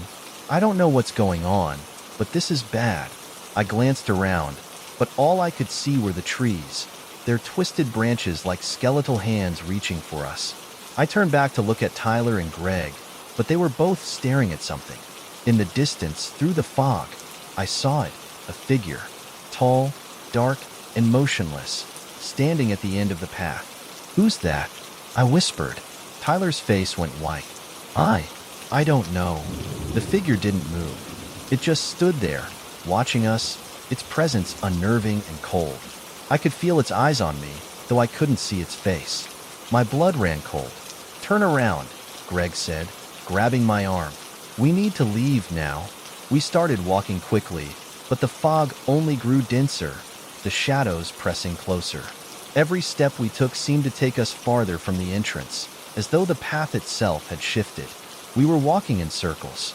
"We're lost," Jenna said, her voice barely above a whisper. "This isn't right."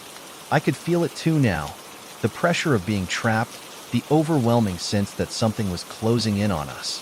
And that figure, it hadn't moved, but somehow it was closer. The air was so thick with fear that it felt like the trees were suffocating us. That's when we heard it, a voice, soft and low, coming from the direction of the figure. The voice seemed to echo, like it was coming from all around us. "You shouldn't have come," it whispered. I froze. My heart slammed in my chest. What does it want?" "It wants us," Tyler said, his voice trembling. "We shouldn't have come here." Before I could respond, the figure took a step forward, and in that moment, I saw it clearly. Its face was pale, lifeless, with hollow eyes that seemed to pierce right through me.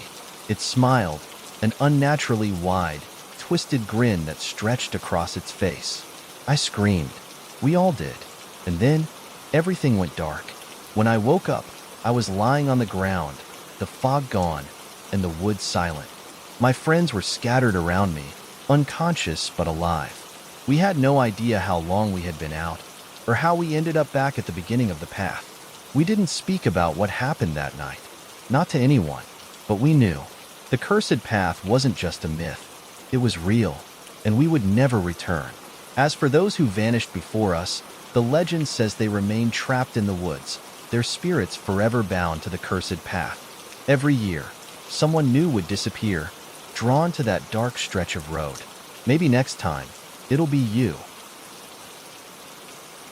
It started as an ordinary day. The sun was setting, casting long shadows on the sidewalk as I walked home from school. My name is Anna, and I was just like any other 16-year-old girl, except for one thing. I had always been drawn to the strange and unexplained. Stories about urban myths and haunted places fascinated me. I'd heard my fair share of scary tales growing up, but there was one story that always stuck with me. The story of the girl in the mirror. It was one of those myths that seemed to get passed around at sleepovers, whispered between friends in hushed voices. Some said it was just a prank, a bit of superstition meant to scare the younger kids. But for some reason, it stuck with me, lingering in my thoughts, even though I wasn't sure if I truly believed it. The legend went like this. There was an old mirror, an antique, supposedly, that had once belonged to a woman who mysteriously disappeared over a century ago. The woman, named Evelyn, had been known for her beauty and charm, but she was also secretive. She lived alone in a small, secluded house on the outskirts of town. Some say she became obsessed with the mirror, convinced it held the secret to eternal youth. Others believe that she made a deal with something dark, something that promised to make her beautiful forever in exchange for a price. But the day she vanished, people found the mirror still in her house, cracked but intact. No one ever saw Evelyn again. Some believed the mirror had swallowed her up, trapping her inside. Others said the reflection in the mirror showed something darker, something that was not Evelyn at all, but an eerie version of her, smiling a smile that didn't belong to a human. No one knew for sure what happened to Evelyn, but the legend grew, and with it came the warning. Never look into the mirror at midnight. If you do, she will come for you. When I first heard the story, I didn't take it seriously. It sounded like something out of a horror movie. But that changed one night when I was at a sleepover with my two best friends, Mia and Sarah. We were sitting in my living room, trying to think of something to do, when Mia casually mentioned that she had heard about the mirror from a friend at school. She said she had seen it in an antique shop downtown, a dusty old thing that was said to be the original mirror from Evelyn's house. Sarah, who wasn't as superstitious as Mia or me, laughed it off. "Yeah, right? It's just some creepy old mirror. I bet it's just a fake story made up by the shopkeeper to get people to buy it." But Mia's voice grew serious. "No, it's not. I've heard it's real. And if you look into the mirror at midnight, you'll see Evelyn's reflection. But it won't be her. It'll be someone else. And then she'll come for you." I could feel the hairs on the back of my neck stand up. It wasn't that I believed in the myth, but the way Mia spoke made it seem so real. It was like she knew something we didn't. "Let's go see it," I suggested impulsively, eager to prove that there was nothing to fear. "We'll go to the antique shop tomorrow and check it out. It's just a mirror, right?" Mia's eyes lit up. "Yeah, let's go." The next day, we made our way downtown. The shop was small and tucked between two buildings, almost hidden if you didn't know where to look. A rusty sign hung above the door, reading "Old Treasures Antiques." Inside, the air was thick with dust and the smell of old wood. Shelves were lined with trinkets and artifacts, each one carrying its own history. But at the back of the shop, behind a velvet curtain, was the mirror. It was stunning, but in an unsettling way. The frame was ornate, carved from dark wood, with intricate designs that seemed to move when you weren't looking directly at them. The glass was slightly cloudy, giving it an otherworldly sheen. I could feel something about it pulling me in, but I also wanted to look away. Something in my gut told me that this mirror wasn't just any ordinary antique. The shopkeeper, a man with graying hair and a sharp, knowing look in his eyes, noticed us standing in front of the mirror. "Ah, you found the famous mirror," he said in a low voice, almost as if he were speaking to himself. "Most people come in here looking for it, but none of them buy it. Too much history, too much darkness." Mia, always the curious one, stepped closer. "What do you mean? What happened to it?" The shopkeeper chuckled softly. "Let's just say, the last person who owned it never came back. The mirror isn't just a reflection. It holds something more. Something you don't want to see." We stared at him, unsure whether he was joking or serious. But his eyes were cold and distant, as though he had seen too much in his life to believe in light-hearted stories. After a long pause, he added, "If you must know, it's said that if you look into the mirror at midnight, you'll see the reflection of someone who isn't you. Someone dark. Someone who'll take you." We stood there for a long moment, unsure of how to react. The legend was real, then. It was all true. My stomach churned, and I could feel my heart rate pick up. I wanted to leave, but I also couldn't tear my eyes away from the mirror. "We'll take it," Mia said suddenly, her voice decisive. "Are you sure?" the shopkeeper asked, his expression unreadable. "Once you buy it, it's yours. The history comes with it." Mia smiled, though I could see her hand shaking slightly as she reached for her wallet. "It's just a story. We're not scared of it." The shopkeeper simply nodded. "Very well." That night, as I lay in bed, I couldn't stop thinking about the mirror. I knew we had made a mistake, but part of me was also intrigued. I wanted to know if the legend was true, to see for myself whether anything would happen. At exactly midnight, Mia, Sarah, and I gathered around the mirror in my bedroom. It was now standing against the wall, covered with a thin sheet to keep it hidden during the day. I could feel the tension in the air as we all stared at it, our eyes flicking back and forth between each other and the mirror. The house was completely silent, the only sound being the occasional creak of the floorboards. "Okay, here goes nothing," I muttered, stepping closer to the mirror. I could feel the cool air surrounding it, the glass somehow colder than it should have been. I hesitated for a moment before lifting the sheet. The reflection showed us standing there, exactly as we were. But then, as my eyes locked onto my own face, I noticed something strange. My reflection was smiling, a wide, unsettling grin that didn't match the look of confusion on my face. My heart skipped a beat. "Do you guys see that?" I asked, my voice barely a whisper. Mia and Sarah turned to look, their faces pale as they saw what I saw. My reflection? No, it wasn't me anymore. It was someone else. The face staring back at me had eyes that were too wide, the smile too crooked. And then, the reflection started to move on its own, as if it had a life of its own. Suddenly, the smile faded, replaced by a look of something darker, something cold. The figure in the mirror reached out as if to touch the glass. But as it did, I felt a cold hand brush against my cheek, and I recoiled in horror. Before I could react, the lights flickered and went out, plunging the room into darkness. We screamed, stumbling backward, but the sound of the figure's whisper filled the room, chilling us to the bone. "You shouldn't have looked." The next thing I knew, We were outside, the cold night air biting at our skin. We had no memory of how we got there, but the mirror was gone. The house was silent once more. It wasn't until the next day that I realized something terrible had happened. Mia and Sarah, they were gone, disappeared without a trace, as if they had never existed. I tried calling them, but their phones went straight to voicemail.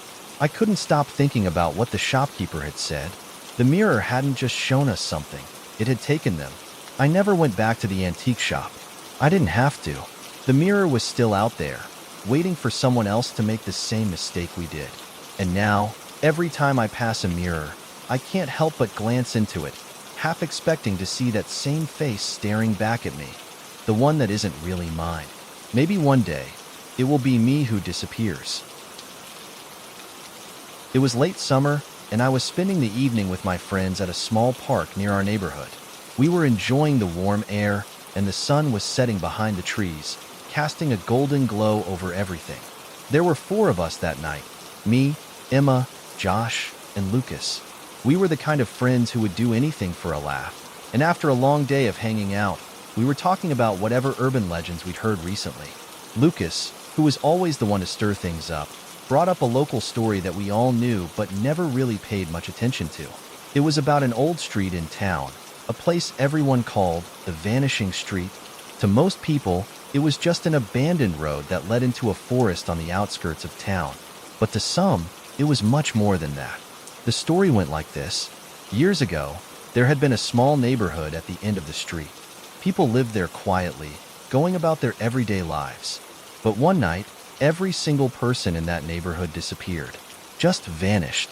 No one knows exactly what happened to them, but the houses were left completely untouched, as if the people had just walked out and never came back.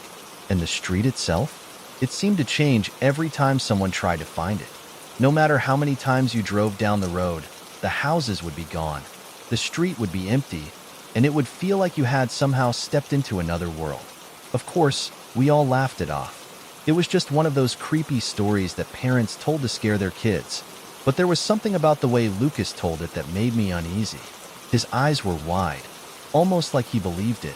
"Let's go there tonight," Lucas said, breaking the silence. "I bet we can find it."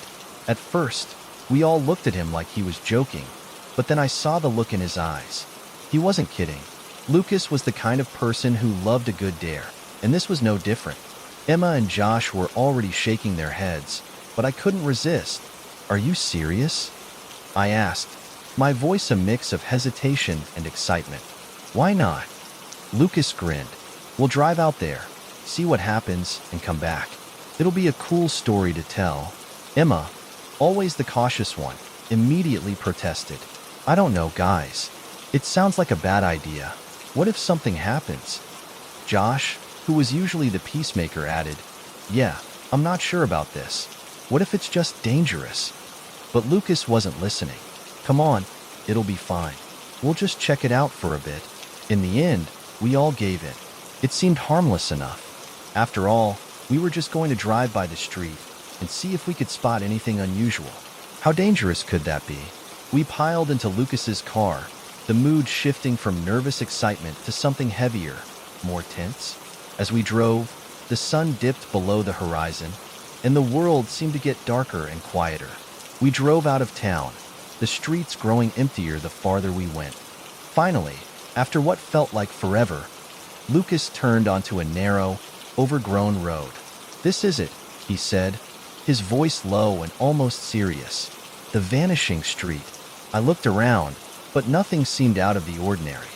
Just a regular road, a little overgrown with weeds, but nothing too strange. There were no houses in sight, just a dense line of trees on either side of the road. "We're not going down this road, are we?" Emma asked, her voice shaky. "We're just going to drive down it a little bit, that's all," Lucas assured her. "It's fine." We drove for a few minutes, the tires crunching on the gravel road. The trees seemed to press in closer, their branches reaching out like claws. The further we went, the darker it got, even though the night was still young. There was something unsettling about the silence, like the air had thickened, making it harder to breathe. Suddenly, Josh pointed to the right. "Look!" I turned, and my heart skipped a beat. In the distance, at the end of the road, I saw it. A house. A large, two-story home, just sitting there in the middle of nowhere. It was out of place. The house looked old, with faded shutters and a sagging porch. But what struck me was how still it was. No lights, no movement, nothing. Is that it? I asked, my voice barely a whisper. Yeah, that's the house, Lucas said, his voice tense. It wasn't here the last time I came through. We drove closer, and the house grew larger in the headlights. The air seemed to grow colder, and I felt a strange weight settle in my chest. As we approached, I could see that the windows were dark, and the front door was slightly ajar. There was no sound, not even the usual rustling of leaves. It was as if the world had gone completely still. Should we stop? Emma asked, her voice trembling. This is really creepy, Lucas. Lucas hesitated for a moment, his grip tightening on the steering wheel. We're fine, he said. But even I could hear the uncertainty in his voice now. As we pulled up to the house, I noticed something else. The yard was covered in weeds, and the driveway was cracked, but there was no sign of decay. It looked untouched. Everything about the place seemed wrong, out of time, like it had been frozen in the past. I don't like this, Josh said, his voice low. Let's go back. But before anyone could react, the car's headlights flickered. It was only for a second, but when they came back on, the house was gone. It wasn't just empty. There was nothing there at all. The place where the house had been was now just an empty field, the trees looming over it like silent sentinels. Where did it go? Emma stammered, her eyes wide with fear. We all stared at the spot, blinking as if we were seeing things. But no, the house was gone. The road was empty, just the trees stretching on and on. This isn't possible, I muttered, my voice barely above a whisper. Lucas's hands were shaking as he fumbled with the keys. He slammed the car in reverse, and we sped back down the road, hearts pounding in our chests. The farther we went, the more I could feel the weight of the air, pressing in on us, suffocating us. I could hear my own breathing, shallow and rapid, and the sound of the tires skidding over gravel. As we reached the main road, I glanced out the window, and there it was again, the house. This time, it wasn't in the distance. It was right there, on the side of the road, as though it had never moved at all. Turn around, I screamed. Lucas slammed on the brakes, spinning the car around in a panic. We all stared at the house, which was now back where it had been before, standing still and empty. What is happening? Josh whispered, his voice trembling with fear. I could feel the panic building, suffocating me. Every time I looked at the house, it seemed to grow darker, the air around it thick with something I couldn't explain. I don't want to be here anymore, Emma said, her voice breaking. Please, let's just go home. We didn't need any more convincing. Lucas drove as fast as he could, speeding down the road and back toward town. But no matter how fast we went, the feeling of being watched never left. It was like something was following us, like the house wasn't done with us yet. When we finally got back to the safety of the main road, everything seemed normal again. The night was quiet, the trees gently swaying in the breeze. But I could still hear the echo of the house, the memory of the strange, eerie silence that surrounded it. For the next few days, I tried to convince myself it was just a trick of the mind, that we'd been spooked by the story and the isolation of the place. But something inside me knew that wasn't the case. I never went back to that street, and neither did Lucas, Emma, or Josh. We couldn't shake the feeling that something was still there, waiting. The vanishing street wasn't just a myth. It was real, and it wasn't done with us yet.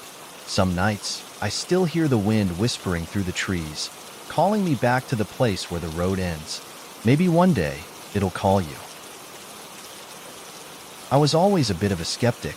I didn't believe in ghosts or creepy urban legends, and I certainly didn't think there was any truth to the spooky stories my friends would share late at night.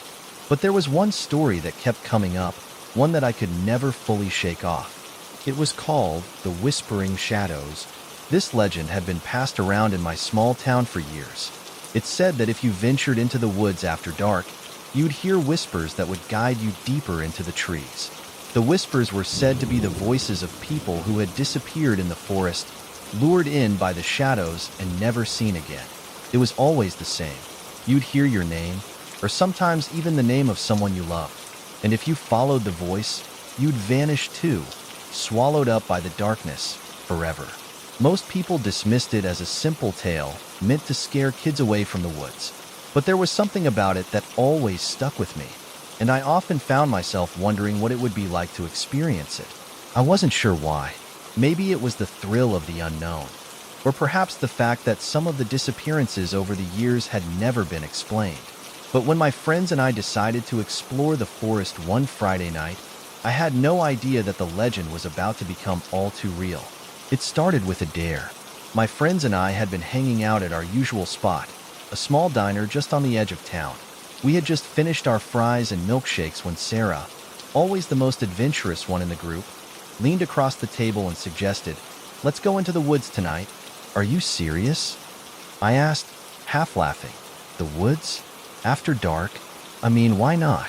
"It's the perfect night for it," Sarah said, her eyes glinting with mischief.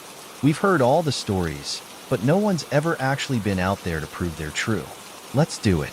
I dare you."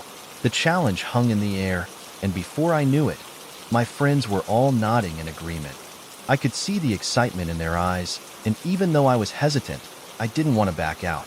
We were all around 17, and we'd spent most of our lives hearing about these stories, but none of us had ever actually done anything about them. "All right, let's go," I said, unable to resist the pressure. The four of us, Sarah, my best friend Liam, Emma, and I, made our way to the edge of town, where the woods began. The evening air was cool and crisp, and the moonlight filtered through the leaves, casting strange shadows that made the forest look alive. The trees loomed tall, their branches swaying in the wind as if whispering to each other. My heart started to race a little, but I convinced myself it was just the anticipation of doing something I knew we shouldn't. "Okay, let's stick together," Liam said, trying to sound confident. "No one wanders off. If we hear anything strange, we turn back immediately." We started walking deeper into the woods, the sound of our footsteps crunching against the dry leaves. The air felt heavier here, colder somehow. I kept glancing over my shoulder, half expecting to see something, or someone, lurking behind us, but there was nothing, only darkness and trees stretching on forever. At first, everything was fine. We laughed and joked, walking deeper into the forest. But after about an hour, the atmosphere began to change. The sounds of the forest, the chirping of crickets, the rustling of the leaves, started to fade away. It became eerily silent, and I felt an unsettling chill crawl down my spine. It was as if the woods were holding their breath, waiting for something. "This is creepy," Emma whispered, clearly feeling the same thing I was. "Maybe we should head back." But before any of us could respond, we heard it. A soft whisper, barely audible at first, but distinct enough to make us stop in our tracks. It was coming from deep within the trees, a voice calling out our names. My name. My heart skipped a beat. I froze, staring at the others, and they were just as wide-eyed as I was. "Did you hear that?" Sarah asked, her voice trembling. Liam nodded, his face pale. "Yeah, it's my name." Emma's eyes darted around, trying to find the source of the voice. "It's not real. It can't be. This is just some prank." But the voice came again, louder this time, unmistakable. "Anna." I couldn't move. My name rang in my ears, the sound so real, so familiar. It was as though someone I knew was standing right next to me, whispering in my ear. I looked at the others, but no one seemed to have heard their own names. It was only me. "Anna," the whisper called again, and this time, it was followed by a low, hollow sound that seemed to vibrate through the trees. A shiver ran down my spine, and I instinctively took a step forward, drawn by the voice. "No," Sarah said, grabbing my arm. "Don't listen to it. It's a trick." But the voice felt real, so real that I couldn't shake the urge to follow it. It was calling me, beckoning me deeper into the woods. I shook my head, trying to clear the fog that had settled in my mind. "Don't," Liam warned, but it was too late. Before I knew it, I was walking toward the voice, my legs moving on their own. The whispers grew louder, more frantic. "Anna." I tried to stop myself, but it was like I was being pulled forward, as though the woods themselves were alive, guiding me, urging me to follow. The others called my name, but I couldn't hear them anymore. It was as if the world had narrowed down to just the voice, just the whisper in the trees. The forest had become an impenetrable wall of shadows. The trees seemed to bend and twist, and the path ahead was obscured by thick underbrush. But I kept moving, my steps automatic, my mind blank except for the voice. And then, just as suddenly as it had begun, the whisper stopped. I looked around, disoriented. The air was still, and the forest seemed unnaturally quiet. I didn't know where the others were anymore. My heart was pounding in my chest, and a cold sweat covered my skin. I felt as though I had been walking for hours, but I couldn't remember any of it. The trees around me looked unfamiliar, and I realized with a sudden panic that I was lost. "Guys," I called out, my voice trembling. There was no answer. My throat tightened as I stepped forward, feeling my way through the dark. The forest seemed to close in around me, the shadows creeping in from every angle. And then I heard it again. Anna, the voice. It was closer now, right behind me. I spun around, but there was no one there. Nothing but the endless stretch of trees and shadows. "Anna." I ran. I ran as fast as I could, my heart racing in my chest. The shadows seemed to chase me, pushing me forward, making it harder to see. I could feel the branches clawing at my skin, the rough bark scraping against my arms and face. But I couldn't stop. I had to get out of there. Finally, after what felt like an eternity, I saw a light in the distance, a flicker of hope. I ran toward it, desperate to escape the oppressive darkness. As I broke through the trees, I found myself back at the edge of the woods, where the others were standing, looking as if they had been waiting for me. "Anna," Sarah shouted, rushing to my side. "We were so worried. Where did you go? You just vanished." I looked at her, confused. "What do you mean? I was right here the whole time." But the looks on their faces told a different story. They had been searching for me for hours, calling my name, but I hadn't heard a thing. It was as if I had disappeared into the woods, only to reappear moments later with no memory of what had happened. As we walked back to town, I couldn't shake the feeling that something was watching me from the shadows. The woods, I realized, weren't just a place. They were a trap, a place where the boundaries between the real world and something darker were blurred. And the whispering shadows? They were real. They had taken me, even if just for a moment. The disappearances? They weren't just stories, and I had just become part of the myth.